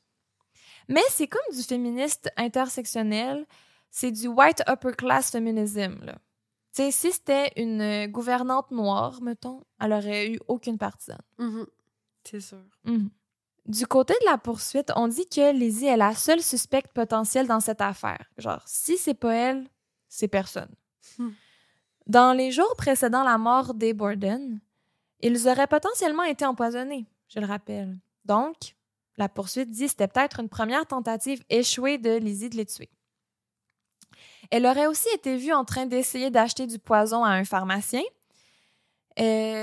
Elle est aussi incapable de donner une version des faits cohérente. On n'est pas capable de la placer ailleurs que sur les lieux du crime durant les meurtres. Personne de suspect n'a été vu autour de la maison des Borden. Et pourquoi quelqu'un serait entré tuer Abby, ressorti, puis re-rentré tuer Andrew, sans que personne l'ait vu ou entendu? Selon la poursuite toujours, Lizzie a aussi un très bon motif pour tuer Abby et ensuite Andrew, l'argent. Si Andrew meurt en premier, l'argent d'Andrew va à sa femme Abby. Et ensuite, quand Abby meurt, l'argent peut aller à sa famille ou peu importe qui a le écrit sur son testament. Mm-hmm. Mais si Abby meurt en premier et ensuite Andrew, l'argent va à ses filles. Ben oui. Attendre un bon 2 heures aussi pour être sûr que les gens sachent « OK, Abby est morte en premier. » My God, que c'est twisted. Mm-hmm. Du côté de la défense, avec l'héritage de son père qu'elle a pu toucher, elle a pu se payer les meilleurs avocats de Boston. Fait que là, contrairement à la commission d'enquête, là, elle a des très bons avocats. Lizzie se présente en cours comme je disais, là, une pauvre femme perdue. Elle a un éventail dans une main, elle a chaud, elle est pas bien. Aidez-moi, ce n'est pas pour moi, c'est toute cette justice et ces procès. Je suis une femme de loisirs. Je veux jouer au bridge et manger des poires. Mais moi, j'ai eu l'impression qu'elle a décidé de tourner les stéréotypes sexistes du public à son avantage. Mm-hmm. Puis je suis comme fair enough. Genre, je dis pas que je suis comme let's go, t'as tué ta famille puis tu vas t'en sortir. C'est pas ça que je dis, mais je suis comme si j'étais accusée à tort, j'aurais fait la même chose. Genre, OK, vous pensez pas qu'une femme peut faire ça? Ben OK, je vais utiliser ça comme argument. Tandis que clairement, une femme peut tuer des gens à coups de hache, là. Genre, une Anne peut ressentir autant de colère, sinon plus qu'un homme. Là. Si elle veut, là, elle peut se venger puis être sanglante. Là. Les journaux décrivent Lizzie comme silencieuse, modeste et bien élevée. Elle est loin d'être une fille costaude, grande, musclée, au visage dur et à l'allure rude. Un autre dit « Elle n'a pas les proportions d'une Amazone. Elle ne peut pas posséder la force physique, sans parler de la dégénérescence morale nécessaire pour manier une arme avec une force capable de fracasser un crâne. » Ah là là là là! Mais là-dessus, je suis comme bon point que c'est des coups très forts qui ont transpercé des crânes à coups de hachette. Il faut quand même avoir une certaine force. Ouais, I guess. Mais je dis pas que c'est impossible que Lizzie l'ait faite. J'ai vu des photos, elle a l'air bien normale, là, comme pas une haltérophile non plus, là, mais pas comme une allumette, genre. Fait que peut-être qu'avec la rage... Ben, tu sais, dans ma tête, mettons, là, à notre fête, le 2 ans, on est allé tirer des haches. Oui! Puis comme, tu sais, c'est pas une hachette, bon, c'est pas si lourd que ça, mais si tu donnes le bon coup, genre la bonne direction, t'as pas besoin d'être super forte pour que ça te plante. Je sais pas. C'est vrai. Que ça plante dans le bois, là, pour nous, ce qu'on a fait, là. On se rappelle, on n'a pas tiré des... En tout cas. Ouais, on lançait pas des haches sur des gens, là. Non, on lançait ça sur des cibles. Pas, là, genre, on dirait que ça me convainc pas. Non, je sais, mais j'étale tous les arguments. Un chimiste d'Harvard est venu témoigner pour dire qu'aucune trace de sang n'a été retrouvée sur 2 haches et 2 hachettes retrouvées dans la maison. Fait quand même, ils ont fait des tests. Je sais pas à quel point ils sont poussés, là, mais on peut juste regarder la hache puis dire « OK, il n'y a pas de rouge, c'est fini ». Mais là, ça suggère que l'arme du crime a été amenée par un tueur externe au domicile et qu'il est reparti avec. Ou que Lizzie a trouvé une très bonne cachette pour la hache. Parce qu'ils ont quand même fouillé toute la maison, là. Ouais, c'est ça. En 15 minutes, Lizzie aura-t-elle eu le temps de parfaitement laver l'arme du crime, en plus d'elle-même? Parce qu'on se rappelle, ça a pris 15 minutes avant que les médecins, Alice, les polices arrivent pour retrouver Andrew. Ouais, mais mettons, vu que c'était... En tout cas, vu qu'il voulait la laisser se reposer, puis blablabla, il y a quand même eu plusieurs heures, c'est genre vrai. 3 jours où elle a été toute seule dans la maison. Fait que peut-être qu'elle l'aurait comme caché légèrement pour ensuite mieux la cacher, s'en débarrasser, puis que lors des vraies fouilles, genre, ben, c'est disparu, c'est plus là. Tu sais, elle a eu quand même 3 jours toute seule là, pour faire de quoi avec ça, là. En tout cas. C'est vrai. Lizzie, elle a aussi donné à la police les vêtements dans lesquels elle a été vue le jour des meurtres, ses souliers aussi, et aucune trace de sang n'a été retrouvée dessus, à l'exception d'une mini gouttelette sur sa robe. Puis là, Lizzie, elle rappelle, elle dit j'avais mes règles, c'est possible que j'aie eu un petit accident. Ou en allant le voir. Ouais, en voyant quand même pogné. En tout cas, elle a vu son père mort sur le sofa plein de sang, peut-être que oui. Elle l'a touché ou quelque chose. Là, mais là, quand elle parle de ses menstruations, ils sont comme « OK, on change de sujet. Oh, je ne veux pas en entendre parler. Non. OK. Ew. » On rappelle aussi la gentillesse et la bienveillance de Lizzie, comme quoi elle faisait du bénévolat, elle donnait pour des causes caritatives, elle est très présente dans son église, puis elle était connue de tous comme étant super gentille. Fait que c'est vrai que c'est out of character de sa part, mais ça veut rien dire tout ça. Là. Pour le poison, la défense dit que Lizzie a été victime d'erreurs sur la personne. Une femme victorienne de loisirs qui ressemble à Lizzie aurait pu être confondue avec elle par le pharmacien. Puis le pharmacien, je veux dire, c'est juste quelqu'un qui dit ça. C'est-tu prouvable? Pas plus que ça. Fait que selon eux, ce témoignage-là vaut pas grand-chose. Donc, la défense dresse un portrait de la situation comme quoi Lizzie n'a pas du tout le profil d'une meurtrière à la Hachette. Et aucune preuve autre que circonstancielle ne la relie au crime non plus. Hors de tout doute raisonnable, est-ce que c'est elle qui a fait ça? Eux disent il y a un doute raisonnable. Ouais, je comprends. Et là, retournons à notre chère Alice Russell. Une femme de 40 ans, célibataire elle aussi, meilleure amie de Lizzie, ou en tout cas bonne amie de Lizzie. C'est une des premières à être arrivée sur les lieux. Et elle a dormi chez Lizzie durant les nuits suivant les meurtres. Comme peut-être pour l'accompagner, l'amener, lui porter un support. Et Alice, elle a témoigné durant la commission d'enquête, l'enquête préliminaire et devant le jury. Les 3 fois, elle dit un peu la même version des faits, pas d'informations tant choquantes que ça, juste ce qu'on sait, là. Mais vers la fin du procès, Alice avoue à un avocat qu'elle a oublié de dire un détail. Elle est donc ramenée devant le jury pour témoigner à nouveau. Et là, elle dit que 3 jours après les meurtres, le dimanche 7 août, Lizzie a sorti une robe de sa garde-robe et a dit « Oh my God, Alice, cette robe est couverte de peinture. Que dois-je faire? Ah, je vais la brûler. » Quoi? Et là, Alice dit qu'elle a répondu « Je pense pas que c'est une bonne idée. Tu devrais toucher à rien. » Mais Lizzie a brûlé la robe quand même sur le poêle de la cuisine. C'est un témoignage très intéressant, mais pourquoi attendre aussi longtemps avant de le dire? Est-ce que au début, tu étais dans le coup et tu protégeais ton ami et là, tu as changé d'idée? Ouais. Ou tu as inventé ça pour te faire intéressante? Ou tu te sentais mal puis tu voulais protéger ton ami, mais là, tu as réalisé « Ah non, il faut que je le dise. » C'est frustrant, tout ça. Mais là. c'est weird qu'elle ait attendu aussi longtemps pour le dire. Ouais. Le jury n'a délibéré que quelques minutes avant d'arriver à un consensus. Les jurés ont tellement été rapides qu'ils ont attendu 1 heure en se tournant les pouces pour avoir l'air d'avoir pris plus de temps. Calique. Voyons. Verdict, Lizzie Borden est acquittée.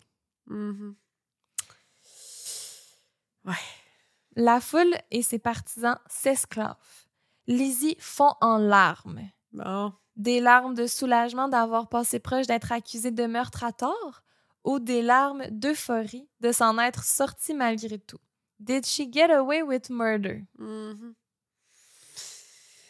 Et la laille!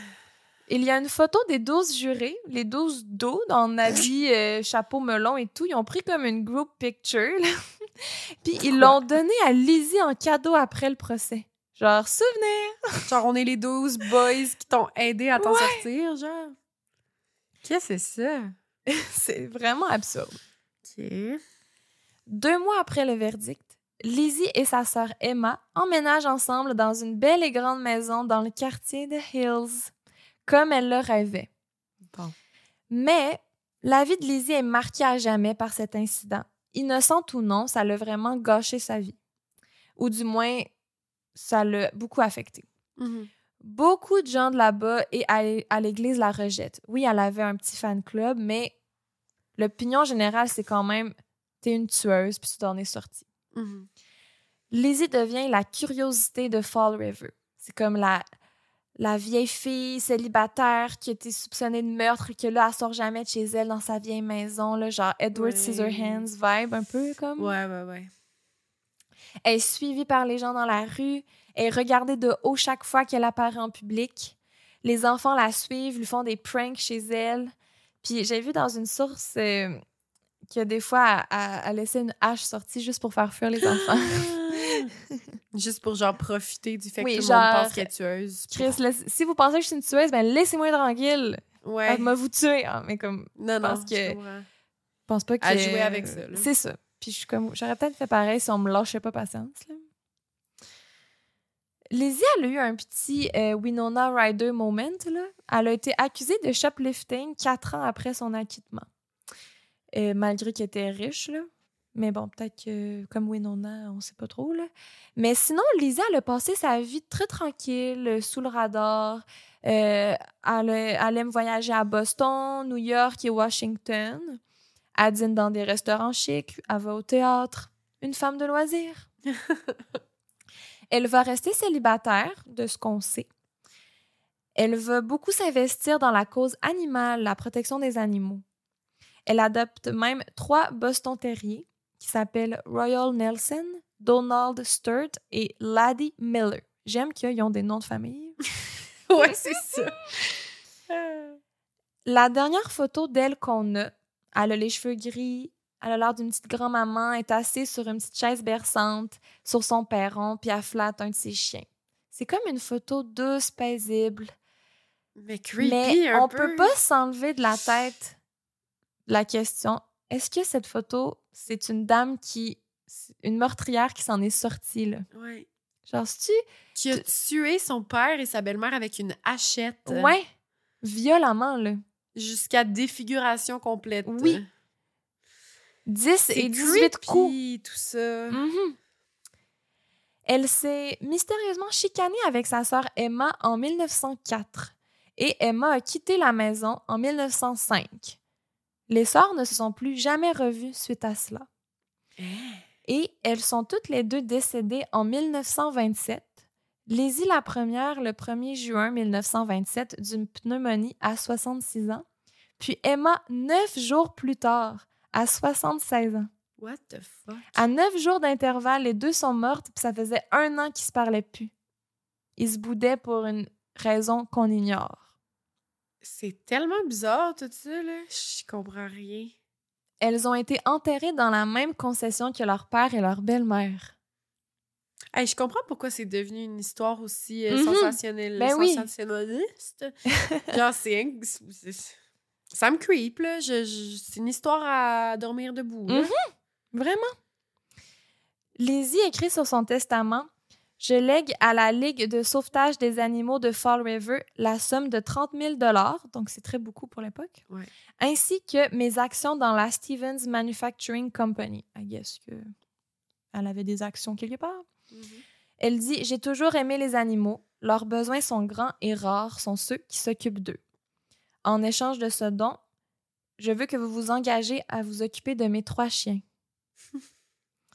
C'est quand même cute. C'est cute. Mais est-ce que c'est une tueuse, là? T'sais? C'est tellement creepy, tout ça, là. Mm-hmm. Lizzie Borden est devenue célèbre pour son histoire très paradoxale.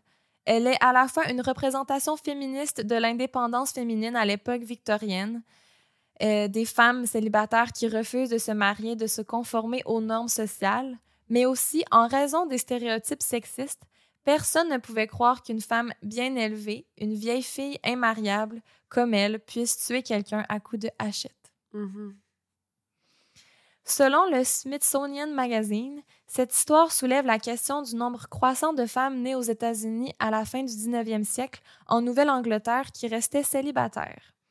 Les historiens ont montré comment le terme « vieille fille » entre guillemets, masquait les diverses raisons pour lesquelles les femmes restaient célibataires. Pour certaines, l'idéal de la femme victorienne vertueuse était irréaliste, voire oppressant. Il définissait la femme respectable et authentique comme moralement pure, physiquement délicate. De préférence, elle se mariait et avait des enfants et restait femme au foyer. Mais certaines femmes voyaient dans les nouvelles possibilités d'éducation et l'indépendance financière un objectif réalisable. Lizzie ne correspondait pas au cliché de la vieille fille. Elle était active dans sa communauté, elle s'impliquait, elle travaillait pour des causes caritatives. Son célibat était symbole d'émancipation féminine, d'autonomie, d'indépendance. Sa grande sœur Emma, quant à elle, elle représentait plutôt le stéréotype de la vieille fille, étant toujours enfermée à la maison et ne faisant pas grand-chose d'autre que les tâches ménagères et repasser des mouchoirs à guess. Sur son lit de mort, la mère biologique d'Emma et Lizzie, Sarah, elle a dit à Emma « Look after baby Lizzie ». Et Emma a pris cette demande à la lettre parce qu'elle a dédié sa vie aux côtés de sa petite sœur, jusqu'à leur chicane en 1904. Mais à quel point était-elle prête à protéger sa petite sœur? Aujourd'hui, la Lizzie Borden House est reconnue comme un attrait touristique pour les fans de maisons hantées et on la nomme la maison la plus hantée des États-Unis. L'adresse a changé pour le 230 2nd Street au lieu du 92 2nd Street à cause des remaniements de rues et tout. Mais elle est toujours au même endroit, elle est toujours là. Et elle est devenue un bed and breakfast en 1996, je pense. La déco est très victorienne. Tapisserie creepy, vieux meubles de bois, des chandeliers, des petites poupées, ses murs, des vieux cadres. Tu peux visiter la maison, les scènes de crime, avoir une visite guidée et dormir là.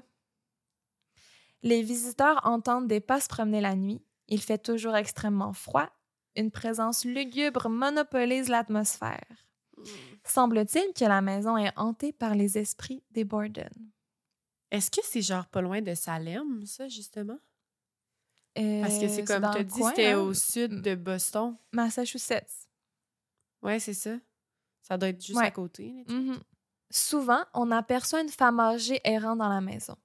Certains clients du bed and breakfast pensent qu'il s'agit d'une femme de ménage ou de la propriétaire du bed and breakfast, mais lorsqu'ils se lèvent pour aller la voir, ils se retrouvent seuls. Eh là là. Ce serait Abby qui vaque à ses occupations avant d'entrer dans la chambre d'Amy pour retrouver sa belle-fille avec une hachette. Abby est principalement vue dans le couloir du 2e étage et dans la chambre d'Amy, en train de plier les draps.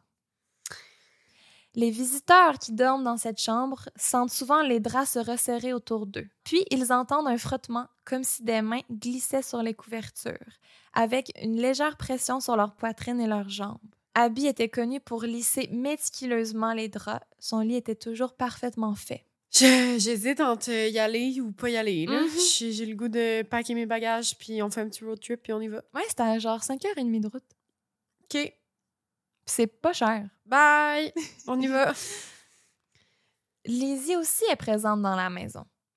Les clients qui séjournent dans la chambre voisine de la sienne se réveillent souvent la nuit. Mais le son est subtil, mais indéniable. On entend le bruit d'une femme qui pleure de l'autre côté du mur dans la chambre de Lizzie. Ça a été signalé à plusieurs reprises aux hôtes du bed and breakfast. Les mêmes pleurs à la même heure, la nuit tout le temps. Ce serait Lizzie qui pleure, soit endeuillée ou pleine de regrets. Mais on dit que la maison est surtout hantée par le fantôme d'Andrew, qui est particulièrement vengeur. Si vous dormez dans sa chambre, il est dit qu'il faut laisser un cadeau en argent en hommage à lui. Cela permet de tenir à distance son esprit avare. Ben oui, un cadeau en argent. C'est juste genre, hey, si vous venez dans notre bed and breakfast, laissez un pourboire. Laissez un bon type, la gang, si vous voulez pas, genre, qu'il y a un esprit. Ça, c'est un petit peu too much. Ouais. Là. Mais je serais curieuse, pareil, de voir comme si je vis quelque chose en allant là-bas. Je sais pas. L'alarme de feu sonne aux quelques mois pour aucune raison, toujours à 3h du matin. Des visiteurs ont aussi capturé des apparitions paranormales sur photo, notamment des visages fantomatiques au sous-sol ou dans les fenêtres depuis l'extérieur. Aussi, dans la chambre principale, les lumières fliquent souvent. Mais ce qui revient le plus souvent, les témoignages de tous les visiteurs, ce sont les rêves que les visiteurs font en dormant à la Lizzie Borden House. des rêves réalistes, des visions, des cauchemars. Mhm. Et là, je vais vous lire quelques témoignages pour conclure cet épisode. OK. Premier témoignage. Pour information, je ne crois pas aux fantômes et je suis sceptique quant à toutes les expériences entre guillemets paranormales, mais je reconnais volontiers quand quelque chose est effrayant et difficile à expliquer. Je ne suis pas venue à la Lizzie Borden House en espérant vivre une expérience particulière. Nous avons séjourné dans l'une des chambres du grenier qui avait un grand coffre à jouets dans un coin. Je n'avais aucun problème avec la chambre et je la trouvais mignonne et confortable. Mais quand je me suis endormie, j'ai fait des cauchemars toute la nuit. C'était un rêve hyper réaliste. J'étais allongée dans le même lit que celui dans lequel je dormais réellement, terrifiée. J'essayais de me rendormir, mais c'était difficile à cause de ma peur intense et de ma soif. J'avais la gorge sèche comme du papier. J'avais soif. Je voulais me lever pour aller boire un verre d'eau dans la salle de bain, mais j'avais trop peur. J'avais l'impression que si j'ouvrais les yeux, je verrais quelqu'un dans la chambre. Je suis restée allongée là pendant ce qui m'a semblé être des heures, essayant de me rendormir pour que le matin arrive. À un moment donné, j'ai entendu ce qui semblait être une balle rebondir sur le sol. Je l'ai entendu une deuxième fois et j'ai réveillé mon amie qui dormait à côté de moi pour lui demander si elle l'avait entendu, mais elle ne l'avait pas entendu et cela ne s'est pas reproduit. Je suppose que j'ai rêvé toute cette partie, car elle ne se souvient même pas que je l'ai réveillée. Donc, elle aurait rêvé qu'elle était réveillée puis qu'elle réveillait son amie. Ouais. Puis, à un moment donné, je pense m'être réveillée pour de vrai cette fois, car j'ai soudainement pris conscience que j'étais allongée dans mon lit, les yeux ouverts, et la peur s'est soudainement dissipée de moi et la pièce m'a semblé tout à fait normale à nouveau. C'était comme si un nuage s'était dissipé de mon esprit. Ce que je ressens parfois lorsque j'ai du mal à me réveiller et que j'y parviens enfin. J'avais toujours très soif cependant. C'est comme si quelqu'un avait comme pris contrôle de son rêve puis était reparti. C'est comme ça que la personne décrit qu'est-ce qu'elle a ressenti. OK. Je n'ai pas prêté beaucoup attention à mon cauchemar jusqu'à ce que la guide commence à mentionner les expériences vécues par d'autres clients qui avaient dormi dans la maison. Lorsque nous sommes allés au grenier, la guide nous a dit que beaucoup de personnes qui dormaient là entendaient des bruits de jeu pendant la nuit. Et là, j'ai demandé si quelqu'un avait déjà signalé avoir entendu une balle rebondir au sol. Et elle m'a dit que, ah oui, c'est vraiment courant. Plusieurs personnes disent avoir entendu une balle rebondissante, comme un jouet d'enfant. Là. Ouais. Un autre témoignage. Veux-tu revenir sur lui en premier? Non. OK, je vais toutes les lire. J'en ai 3, je pense. Parfait. J'ai séjourné au Lizzie Borden Bed and Breakfast en octobre 2012. J'ai dormi dans la chambre du 2e étage, juste à côté de la chambre principale, qui était, je crois, celle d'Abby Borden. Cette nuit-là, j'ai fait un rêve très réaliste et très clair à propos de M. Borden. Dans mon rêve, M. Borden était avec un autre homme et il creusait un trou sur une colline avec un grand arbre derrière eux, alors qu'il faisait nuit dehors. Je ne faisais pas partie du rêve, mais j'avais l'impression de l'observer de loin. Jusqu'à ce rêve, la maison m'avait semblé tout à fait normale, à l'exception des orbes que j'avais capturés sur une photo prise au sous-sol, mais c'était peut-être de la poussière. Tu sais, des fois, les chasseurs de fantômes, ils voient des orbes puis ils disent que c'est des esprits. Ouais. Là, la personne est comme, je peux pas dire si c'était vraiment des esprits, mais bon. À part ça, il n'y avait rien de spécial qui s'était passé. Au moment de notre visite, je pensais que M. Borden, c'était un banquier, mais en faisant la visite, j'ai appris qu'il avait également été croque-mort à un moment donné dans sa vie. D'où expliquerait mon rêve, mais je ne le savais pas à ce moment-là. OK. M. Borden, c'est vrai qu'avant d'être ultra riche, une de ses premières jobs, c'était croque-mort. Ouais. Là, la personne, elle a comme rêvé à M. Borden qui enterre un cercueil. Ouais. Mais la personne a su qu'il était croque-mort le lendemain. Fait que ça l'a spooked un petit peu. Ouais. Dernier témoignage. J'habite tout près de la maison Lizzie Borden, à quelques minutes à peine, et ma meilleure amie habitait dans la maison juste à côté. Je peux vous assurer qu'il n'y a aucune supercherie, ce n'est pas des effets créés par les employés de la maison pour susciter l'engouement. Tout ce quartier est hanté et ses expériences sont authentiques. Mon amie qui habitait juste à côté a également vécu des expériences étranges. Elle avait toujours l'impression que quelqu'un l'observait. Quand j'allais chez elle, je ne voulais jamais quitter le salon. Ses enfants dormaient dans son lit parce que les phénomènes étaient tellement intenses qu'ils leur faisaient peur. Cette maison reste le trésor de notre ville. Ouais. Je suis super mitigée. Ben oui, moi aussi, là. Moi aussi, moi, je l'ai dit souvent, je suis une grande suspecte pour ce genre de choses-là. Là. Ouais. Dans ma tête, c'est pas très compliqué de faire flicker une lumière, là. Sceptique. T'es une grande C'est pas ça que j'ai dit? J'ai dit quoi? suspecte. J'étais genre quoi? Attends, Je t'es suis suspecte. sceptique. Ouais, je comprends. Mais ouais, moi aussi, d'habitude, je crois quand même qu'il existe genre des phénomènes et tout ça. Puis je dis pas qu'il y en a pas du tout. Mais je trouve qu'à un certain point, quand ça devient comme touristique, puis que il y a comme quelque chose qui est fait pour en profiter, là, clairement. Ben oui. Puis pour de l'argent, je trouve que ça devient comme... J'ai de la misère un peu plus à y croire. Parce que, tu sais, mettons là, que c'est toi, out of nowhere, t'as jamais entendu parler de quoi que ce soit, puis tu vis quelque chose chez toi de paranormal. Il y a quelque chose de différent pour moi. Là. Ça, c'est comme plus des histoires que je suis portée à croire. Tu sais, quelqu'un de focal qui vit quelque chose de focal. Mais ça, vu que c'est trop connu, justement, tu sais, les gens du bed and breakfast, là, ils n'ont pas besoin, OK, de faire des tours et tout. Puis c'est correct, je comprends, mais c'est parce que l'histoire en tant que telle s'en occupe d'attirer du monde. Ouais. Tu sais, l'histoire en soi est tellement, genre, fascinante, puis tellement spooky, puis genre, ça fit avec l'Halloween, puis tu sais, ça a l'air d'être pas loin de Salem, là, avec comment tu l'avais décrit sur la map, mettons, là. Mais les gens vont là pour se faire des peurs, tu sais. Moi, si je vais là un jour, mettons, là, j'aimerais quand même ça, là, il y a un petit côté en moi qui aimerait ça, ben ce serait vraiment, là, justement, là, dans le mois de l'Halloween. Puis genre, je serais exprès d'y aller avec des amis, puis genre, on va se faire des peurs, genre. Puis il y aurait comme une petite partie de moi qui serait stressée d'y aller. Puis j'ai l'impression que c'est pour ça, là, l'affaire des cauchemars. Ben oui. Les gens qui racontent les cauchemars, ben c'est des gens qui étaient un peu stressés d'y aller là-bas, mais ils y allaient quand même. Puis genre, tout ça a comme grandi en eux. Puis ben c'est quoi des cauchemars dans la vie? C'est des stress de ton quotidien. Fait que comme c'est normal que si tu t'en vas dans une maison puis que tu sais que tu risques de vivre telle affaire. T'es plus susceptible d'en vivre. Ben oui. Ton esprit peut te jouer des tours. Puis comme les jours et les semaines avant, t'as organisé ce voyage-là, donc t'as pensé à aller à ce bed and breakfast. Je suis sûre que si, genre, tu y vas là-bas, là, puis que t'as aucune idée c'est quoi, là. Puis pour une raison X, là, tu regardes même pas les pancartes, tu sais pas tu t'en vas où, mais tu t'arrêtes, là, une nuit, tu t'en vas dans un bed and breakfast, puis t'as aucune idée c'est quoi, tu vas rien vivre pantoute. Peut-être. Genre, je suis comme, on dirait que je suis convaincue de ça.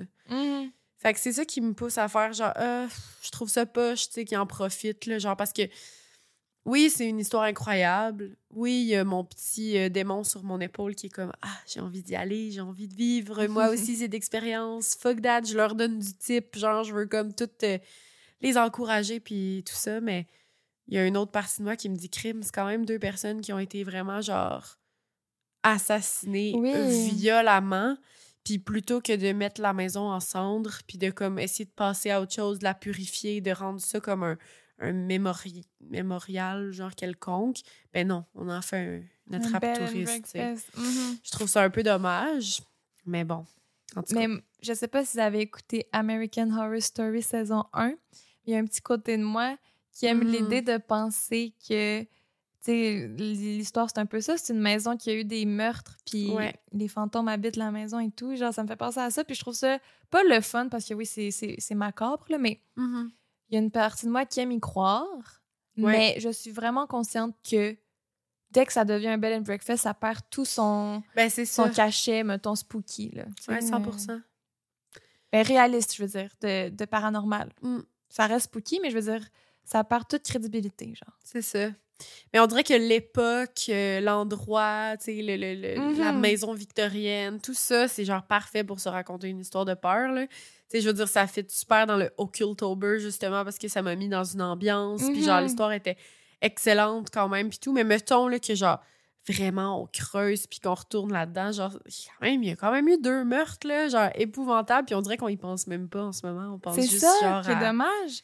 Mais Lizzie, puis genre le spookiness derrière tout ça, puis tout ce qu'on peut faire avec. Si la maison est réellement hantée, là, et je comprends Andrew et Abby là, de hanter la maison, parce que eux sont comme, de un, des calls ici de chez moi, puis de 2, trouver c'est qui notre meurtrier, puis genre, on n'a jamais eu Ouais, justice.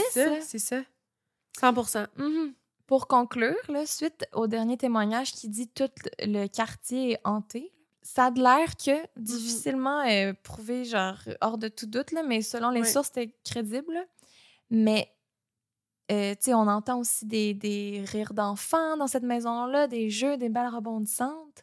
Ouais. Ben, des enfants seraient morts noyés par leur mère dans la maison voisine des Borden en 1840.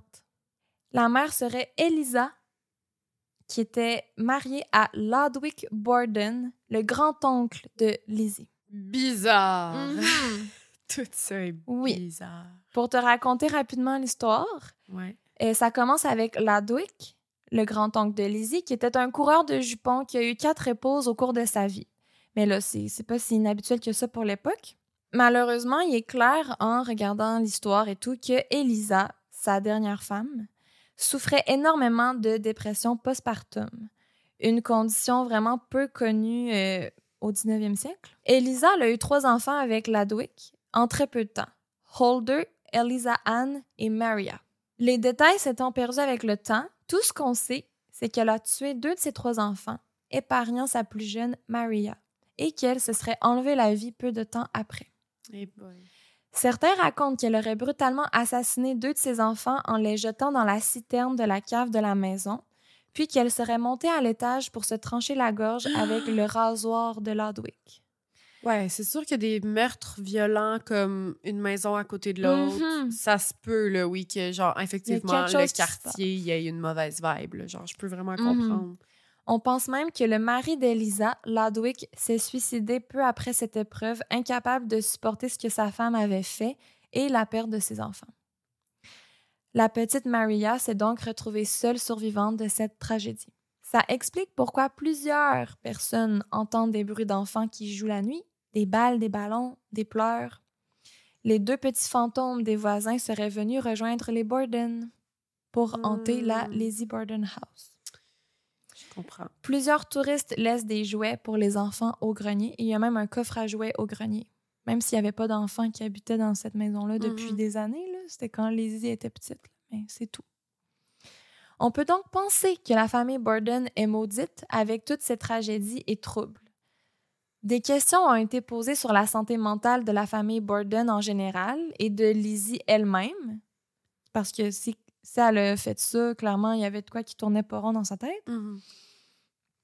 Elle a été examinée pour savoir si elle pouvait subir son procès, et ça a été prouvé que oui. Et bien sûr, l'accusation que je viens de parler au sujet d'Eliza Borden et du meurtre de ses enfants a été ramenée pour le cas de Lizzie en disant est-ce que c'est une source possible de folie héréditaire? Mais ça a rapidement été réfuté parce que Eliza, c'est une Borden juste par alliance, il n'y a pas de lien de sang. C'est ça. Aussi, l'unique enfant survivante, Maria Borden, au moment de l'histoire, elle était en vie puis elle menait une belle vie. OK. Bref, les fantômes d'Andrew et Abby semblent vouloir que justice soit rendue, étant donné que personne n'a jamais été reconnu coupable de leur meurtre. Autant le bed and breakfast en soi a l'air, je l'avoue, assez attrayant pour les fanatiques de true crime, j'ai quand même mes réserves par rapport à ça. Plusieurs touristes se font prendre en photo sur le sofa imitant Andrew quand il a été retrouvé mort étendu dessus. Non. Même chose pour Abby. Plusieurs personnes se couchent par terre à côté du lit pour prendre une photo. Même si le crime date de plus d'1 siècle, je pense que les victimes méritent notre respect quand même. Mhm. Et c'est audacieux de rire d'eux dans leur propre maison. Ouais, J'aurais quand peur même. de me faire maudire. Non, mais je suis d'accord. Je suis d'accord. On dirait juste en pensant à ça, je suis comme... Laissez-le tranquille. là, Ouais, genre... Ouais. Et là. Malgré que Lizzie a été innocentée, une grande majorité de la population contemporaine est persuadée qu'elle est coupable. Tous les podcasts que j'ai écoutés sur le sujet, tous les articles, sont convaincus qu'elle a tué son père et sa belle-mère. J'ai essayé de relater les faits sans être trop biaisée, et là, je pose la question à vous tous. Did she did it? Mhm. Hey, on le saura probablement jamais. Mhm. C'est fou. Je sais pas, pour vrai. Je suis tellement genre... J'ai l'impression que ça se pourrait là, qu'il y était plusieurs dans le coup. Je sais pas. Ben, c'est ma théorie. Oui. Moi, je pense que les 2 sœurs, Bridget, Oui. le docteur, John et peut-être Alice, mais qui s'est revirée de bord, étaient dans le coup. Ça se peut, mais en même temps, c'est tellement des gens disparates. Là, genre... Mais c'est random. Là. L'oncle c'est de leur mère décédé quand il avait 3 ans, le docteur...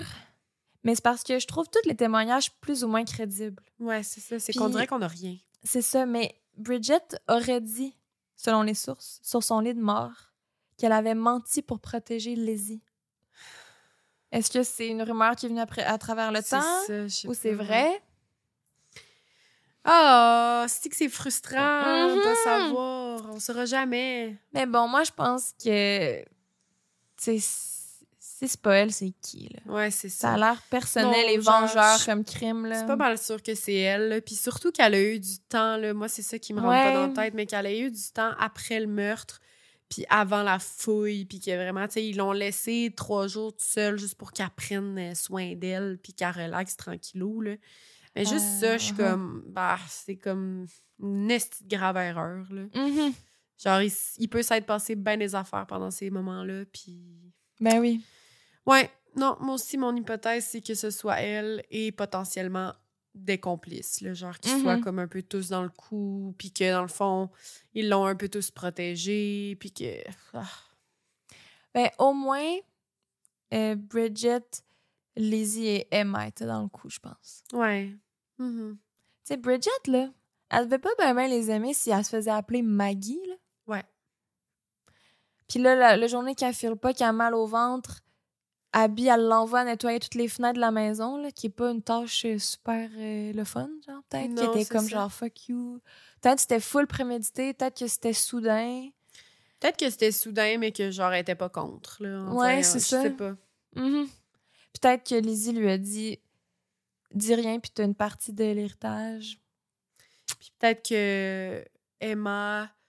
Elle était comme au courant, elle savait, tu sais, entre sœurs, je sais pas, ils se sont parlé, puis elle savait que ça allait arriver, fait qu'elle était comme, garde, moi, je te back, je suis là pour toi, mais fais-le dans un moment que je suis pas là. Puis ils avaient de l'air vraiment soudés, ils ont habité ensemble toute leur vie, là. Oui. Jusqu'à 60 ans et plus, c'est là. vraiment bizarre, j'ai hâte de voir les photos, j'ai hâte de voir t'as la photo, hein, avec son chien, là, qui a flotte. Ouais. On dirait que ça me creep, je l'ai dans la tête, je suis capable de l'imaginer, genre. Mais très bonne histoire pour commencer le Occultober. Merci. Ça rentre dedans. Ça rentre dedans sur un moyen temps. Je suis perturbée. Je suis contente parce que c'est vraiment pas pareil comme l'histoire que vous allez entendre la semaine prochaine. Puis comme c'est toi qui fais l'autre, j'imagine qu'il aussi. Fait que c'est cool. On va avoir de la variété. Puis j'ai essayé d'aller aussi dans d'autres registres que ce qu'on avait fait l'an dernier. Trop cool. Et voilà, j'espère que vous avez apprécié. Je vous souhaite un très bon début d'octobre. Là, techniquement, quand vous écoutez cet épisode, on était au Festipod la veille. Oui! Mais vu qu'on a un mois d'octobre complètement fou-braque, on enregistre tous les épisodes Occultober aujourd'hui même, back à back. Fait que là, on peut pas vraiment vous faire d'update en temps réel comme on aime le faire d'habitude. Mais I guess que c'était le fun. Ouais. On vous remercie ceux qui étaient là. Ouais. Oubliez pas d'aller voir notre site internet crèmeglacépodcast.com. Notre boutique en ligne est là. Il y a tellement de belles affaires. Je suis biaisée, mais bon. 3 nouveaux morceaux, la gang, pour le Occultober que elle a conçu avec nos idées et tout. Fait que allez voir ça. Sinon, n'oubliez pas de nous laisser une review 5 étoiles sur Apple Balado, Spotify, Amazon, peu importe, et de vous abonner à nos réseaux sociaux. Oui, merci encore d'être là toujours. Et puis, on se parle la semaine prochaine. Yes! À la semaine prochaine! C'est terrible! Ah! Oh mon Dieu! Non! Non! Non. Allô? Ah, c'est ouais. Ok, remets ma voix normale. I need to conclude this episode.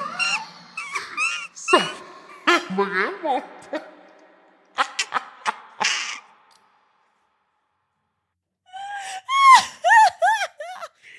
Est-ce que c'est parti? Ah mon Dieu! Je suis effrayée! Je suis effrayée! Oh Seigneur, on vous aime la gang, on s'excuse pour tout ça. Gros bisous! À la semaine prochaine! Bye!